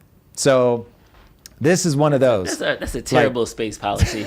I don't want it unless another country wants it. I'm telling you, that's how this stuff goes. So Elon finally was like, all right, we got to go to Mars. We got to become a multi-planetary species. He starts building all the technology to pull it off. China starts rising in the race. China says they're going to go to the moon. And you realize, oh, that'd actually be pretty convenient to go to the moon. And then from the moon, we can go to Mars. So they're now like getting into the economics of it all, getting into the we're better than you, then economics, then just being multiplanetary, having a guy that's willing to do it, having actually built the technology. I can see why now. And I can also see why we didn't for a very long time, because it was ungodly expensive. And once we beat the Russians, there just wasn't the enthusiasm. I mean, think about it now with like all the America First policies and stuff. People are like, I don't give a shit about that. Yeah, the moon does seem like a pipe dream at this point. Not even just a pipe dream. It's like, imagine getting America excited about it when it's like, bro, where's my snap? So it's people aren't going to be excited. They don't know what that vision is. Like, what does that mean? It's not a time of prosperity. It's a time of decline. And so it's like we're tearing ourselves apart here. If it wasn't for Elon, I don't think any of this would be happening. I'd be curious to see if even if China would have what they need to get this done. Because literally Elon did it all first, and then it's just been copy. Yeah. It's interesting. We'll keep an eye on that. Let's head over to the UK. This is a continuation from last week or Wednesday. Ruben in the chat dropped us over Andrew Tate's breakdown of what's happening in the UK. That's right. I never got to see this. We were supposed to break it down. So we got to pull it up. I'm going to make the entire world make sense to you. I'm going to oversimplify some things, but I'm going to explain what's going on because you're confused as to why our politicians seem so evil, corrupt, and inept. So let me explain it to you. The people with the money control the politics. Most of you understand that. Politics is simply money. Lobbying, media, all this crap is owned by very, very rich people, and they basically decide who gets to be in power. The people with the money for the longest time understood they could make more money if they improved the lives and improved the quality of Western society. By improving Europe, improving America, improving the standard of living for the constituents of these countries, they could make more money. But like all things, the pendulum swings. And it got to the point where people got a little bit lazy. They wanted health care. They wanted to only work certain hours. They wanted good living conditions. And one day, the rich people woke up and realized, wait, we can make more money now by destroying Western civilization. We don't make more money by making it better because the people in the West now are very decadent. And they've started to pay a lot of attention. And they start to do these investigations. And they've started to notice how corrupt everything is. And they're starting to notice how much money we're stealing. You know, if we could just replace all of them with third worlders don't complain about governmental corruption, ever. So if we're corrupt, we don't want Westerners with law degrees looking up what we're doing. We want a whole bunch of third world slaves in the country because they're not going to pay attention to all the money that goes missing. On top of that, all argument's starting to weaken on me here. First point. Yeah, the first point makes a lot of sense. Politics is money for sure. I don't think that he's wrong that in the beginning, bringing in cheap labor, that was about money. Do I think that this is about like we're importing all these people because they won't notice the money that we're stealing? No, because it'd be so asinine that who's making the money that you're going to steal. And so that, it would require people to be a level of stupid that I don't think they are. I think it is far more likely that people know that they can get elected by promising things for free. They resent the people with the money. They want to bring in people that will help them, stay in power forever. So look at California, right? Get enough immigrants in, promise them free things, get them to vote blue forever. And then you also get people that there's a mixture of resentment and guilt that I think really starts to play into all this stuff. And if you look at like the way that the Roman Empire fell and every empire after that, like it follows all of these patterns, and the patterns always are around debt. And so you get to this point where you print money seems free. People feel like, let's open the borders. They open the borders out of guilt. They want to share the prosperity. They want people that think the way that they think. And so it follows this really predictable pattern. Because of that, because it also fails every time, if that really is what they're thinking and it's just about let's make the money, they're so historically illiterate that it doesn't make any sense. So late stage empires always look the same. They always open the borders. And I think that it really is, things can only go well for so long before the generations that built it are so far removed from the generations that have grown up just thinking this is how things are. One of the most fascinating things about aging is you suddenly realize all the things that you thought were just, this is how the world is. You realize, oh, no, everything's a phase. And like MTV was a phase. You could not have convinced me of that when I was 12. Like MTV was just, this is what kids do. Kids listen to MTV and their parents hate it. And it always has been, it always will be, and just not at all true. And it's dead and gone. And even by the time I was in my mid-20s, it was so different. Yeah. And so everything is like that. The internet will be fundamentally different. AI is coming along. All of these things are just phases. So I think that ultimately what you're seeing is people do not understand that these cycles repeat. They don't understand that, you shouldn't feel guilty. You do need to be hardcore. You do have to work your ass off to get here. You do have to worry about freeloaders. Like, you have to keep things vibrant, but they just can't see it. They just think, this is how things always are going to be. America's always going to be prosperous. America's always going to be the place that people want to be. There's always going to be plenty of tax revenue. There's no problem stealing from the future, because in the future we'll just keep getting richer. And it's like, nope, it's not how it works. And you really do steal from your children, which people have been screaming from the rooftops. But I didn't even understand it for a long time. I heard people say it all the time. We're stealing from our kids. We're stealing from our kids. But I didn't understand, how is debt stealing from our kids? It doesn't make any sense. And then you get here and you realize, this is stealing from your kids. They can't afford anything. Life has gotten very expensive and they have all this debt to pay back, and they're never going to be able to pay that debt back. And so what are they going to do? They're going to burn the system to the ground, and then it's going to be 100 years-ish of stuff sucks. Sorry. And then if you get your shit back together, you can rebuild. But as a reminder, modern day Italy is younger than America. Sheesh. So when the Roman Empire fell, it fell for a lot more than 100 years. Yeah, let's jump back into the video. Markets can be long and short. You can make a bet on basically anything on the planet that's going to go up or that's going to go down. You have heads and tails on the coin. It is much easier to make something go down than make something go up.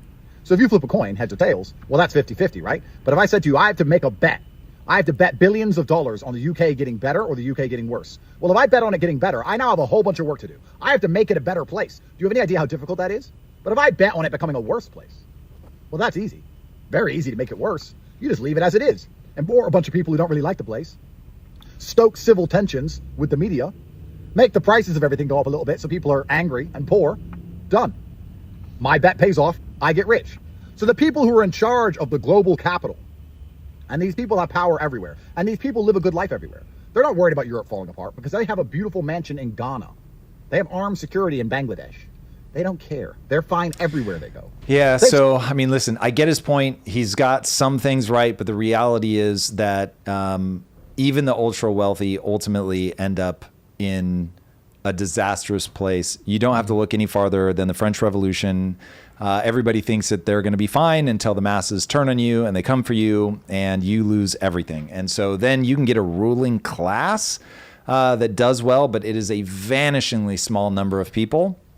So, yeah, I think it is never attribute to malice, what can be explained by mere stupidity. I don't think people understand how the economy works. I think everybody is extremely short-sighted. They do what is right for them in the moment, whether that's getting elected or making money off the stock market or whatever. And they're not thinking long-term at all, even though many of them will have their own children. They just don't think about what their kids are going to get in the future. And so there is a reason that these things follow cycles. They follow cycles because there's only so many human responses to a given stimulus. If you give them that stimulus again, they're going to keep doing the same thing. So if you teach them that they can print money, they will print more money. If you show them that debt is useful, they will take debt on until it breaks the system. It just is what it is. And so if people have to promise free stuff to get elected, they will do it, even though that exacerbates and accelerates the downfall. They're still going to do it. Yeah. Like, these are all very predictable things. So, I think he's making them sound like very smart, evil geniuses manipulating the system. And it's more like largely incompetent, evil people that are just selfish, playing the game the way that we've always played it. And eventually you run out of debt that you can take on without breaking the system. I mean, that is literally what's happening. Is it just like a zeitgeist thing? Because it does seem like there are a group of elites that, I'm going to say they're coordinated, but like everybody's having a migrant problem right now. Everybody's having a debt problem right now. Well, so the migrant problem is a very specific thing where you've got technology has reached a certain point where it's easy for everybody to move around. It's easy for them to understand, to even coordinate just how do I cross the Darien Gap, right? So you're able to get the information that you need, connect with the people that you need to connect, be ferried across. And then also, certainly across the West, we're making the same mistake. So we've had this incredibly long period of time of prosperity. We assume it's going to last forever. We have a certain amount of guilt.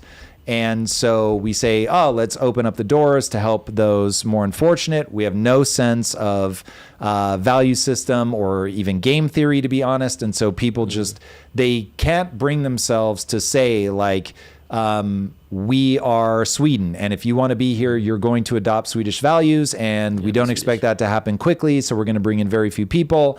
As that generation assimilates, then we'll bring in a little bit more, but we're going to be very cautious to make sure that you actually do assimilate before you bring in more people.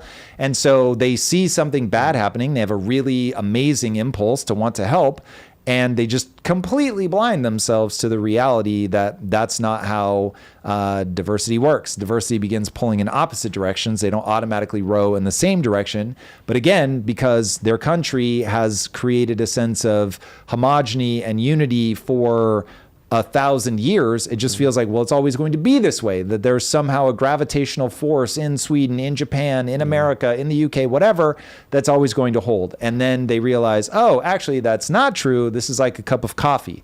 And if you keep pouring water in it, eventually it's not coffee anymore. Yeah. I think like a lot of our problems, it took probably decades, I would agree, that it got to get us here. This isn't something that was like Trump got elected and then boom, we got to this point. Trump is a symptom, not a cause. So to cure that cause, is it going to take equally as long to get out of this?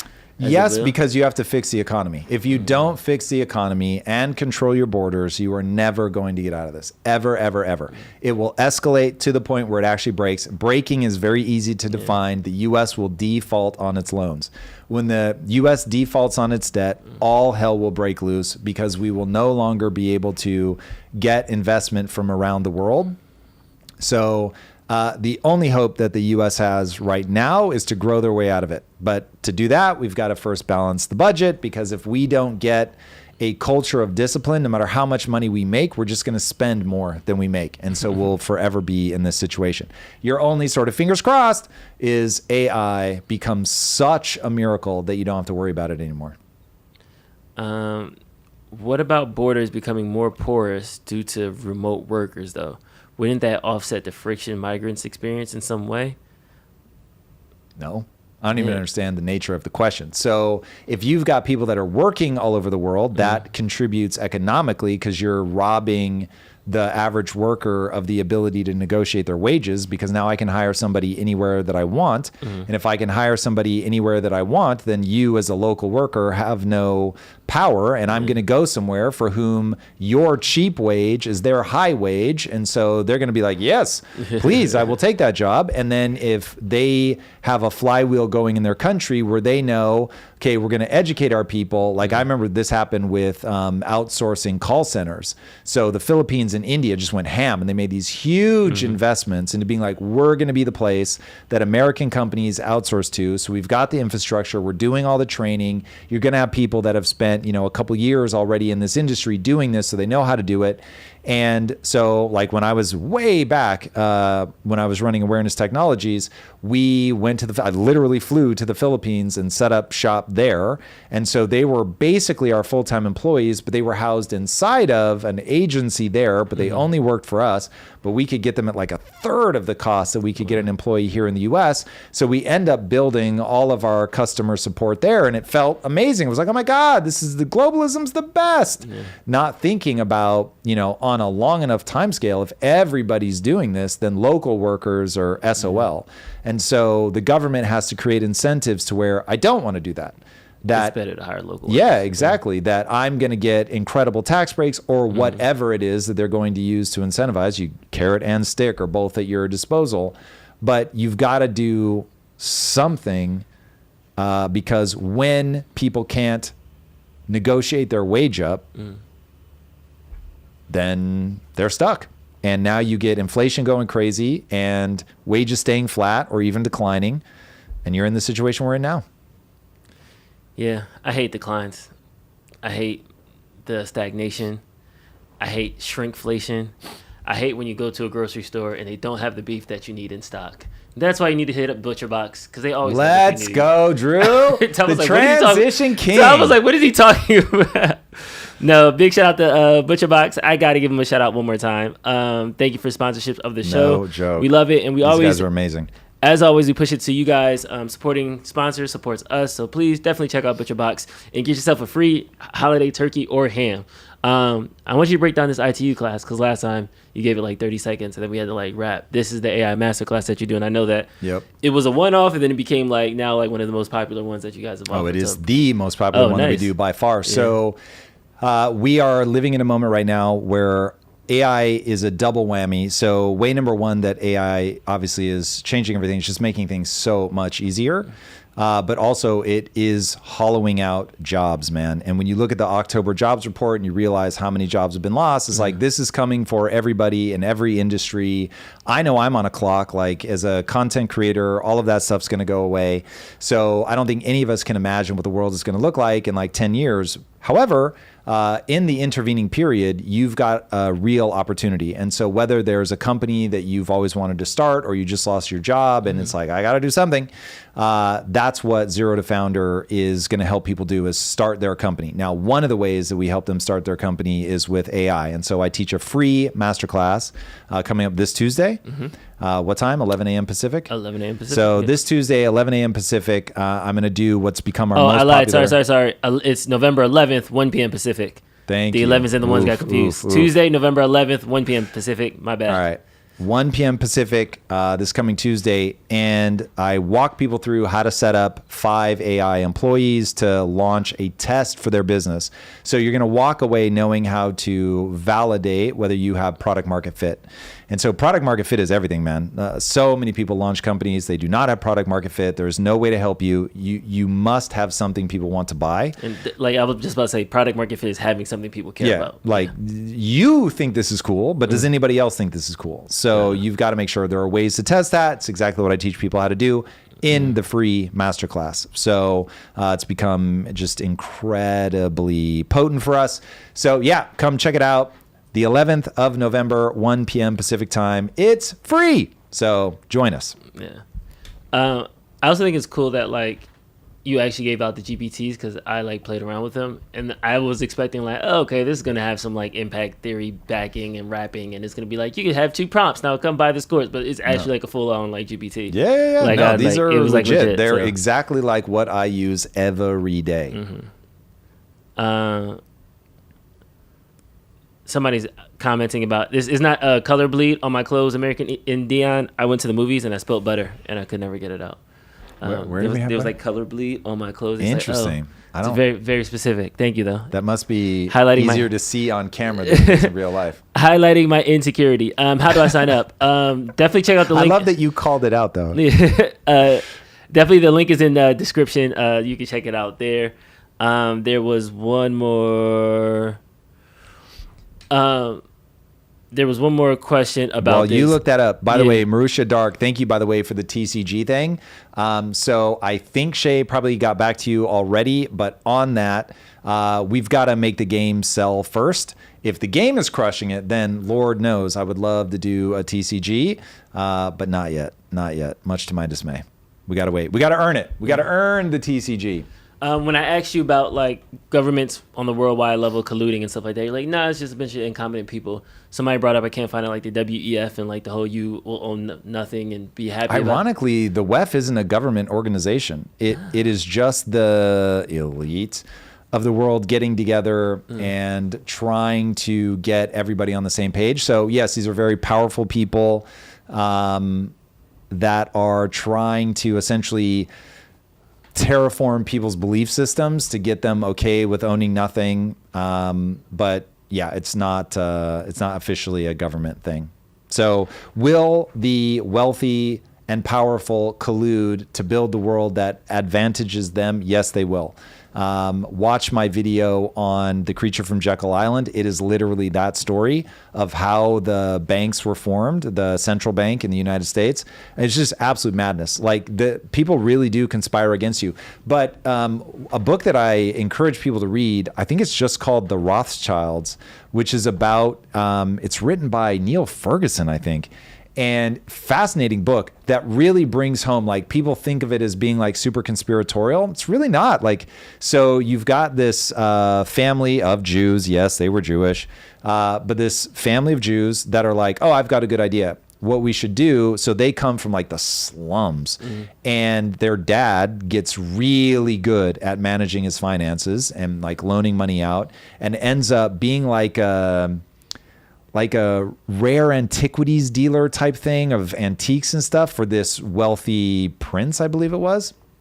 And so that's how he ends up building his business. But instead of like pissing his money away, he goes to his kids and is like, all right, listen, I've got a very good idea. You guys are each going to go to a different country and that way we're diversified. And you're just going to run this model that we have of like loaning money out and basically normal banking. But as one place struggles, another place should be thriving. It should be very rare that all 5 of you are struggling at the same time. And so you're going to make a pact that you're going to help each other. And so they basically become a central bank. And it is absolutely brilliant. But when you hear them like talking to each other and writing the private letters, it's not like some like, wah, ha, ha, we're like draining the blood of children. It's just like, hey, look, France is in the middle of a revolution right now. You need to be very careful. We'll help you. We'll bail you out. We'll make sure that you're able to get on the other side of this. We'll make sure that you don't default on any of your loans so you can keep your good name so people keep coming back to you. So it's like stuff like that is just how the world works. It's when people like need to find a mustache twirling villain that they're going to be surprised. The WEF says everything out loud. Like they're not trying to hide it from you. They really think they're right. They just think that's the right way to live life. And so rather than like Bohemian Grove it all and all that shit, and look, I'm sure people do the craziest stuff, but that's not sustainable. Yeah. Like the real stuff is the just out in the open. This is how we're running our business. Figure out what their business model is. Figure out how to outsmart them or get out from underneath them or call it out for what it is. Like when people clap back against the WEF, I'm like, yeah, please. When people clap back on Bill Gates and it's like, listen, you're acting like you understand all the knock-on effects. You don't. Clap back on the climate people. It's like these things, none of these things should be above debate. It's like build your world model up from cause and effect, right? So Elon, I think, is very reasonable. He's like, climate is a real thing. You need to pay attention to the climate. He's like, but this is probably a 50-year thing. So we have bigger fish to fry right now, focus on these things right now, have a bent towards the green, but don't destroy your economies to get green. And it's like somebody was banging on about like, oh, the way that China has outproduced America is with green energy. No, the way that China has outproduced America is by making sure that they do everything. They'll spin up coal plants, nuclear plants. They don't give buy a our oil. shit. They'll put dams on the biggest rivers in the world. They slowed the rotation of planet Earth by putting a gigantic dam on a gigantic river. So that is how you play the game to win. So getting people to think like that, like, oh, okay, what are all the options that are on the table? Don't get so caught up in ideology that it has to be this way, even if it's bad for the economy. Like, where are we trying to get to? What's the competition look like? Thinking like that. Everybody wants to see a conspiracy everywhere. Everybody wants to think that they've got to move towards that one exact spot in the sand. And the reality is it's usually diversifying your portfolio, whether energy or money. That is it really like some grand conspiracy when a family gets together and is like, all right, listen, we're going to go to 5 different locales so that if one of you gets in trouble, the other is one of you is probably fine. Is anybody surprised to hear that like you could probably rank order the brothers in terms of intelligence? They weren't all as smart as the next. Were there moments where they were panicking and kicking themselves for making stupid decisions? Yes. The thing with the Rothschilds that's so like, that was gangster, was their dad said, go to these 5 different cities, and they did it. Because some of them didn't want to. Back in the day, everybody used to marry their cousins, which is super weird. They were admittedly very good at that. They kept the money in the family. They did not play around. In the family. All right, that's because that's the thing. I'm always like tripped out. Is like, how did you keep them all like running the family playbook for as long as you did? That would be the hard part. They were That would be sleeping the with hard each part. other. That's how he did it. Yeah, crazy. All right, everybody, love you guys. Thank you for being here. And until next time, my friends, be legendary. We will see you next Wednesday. Peace.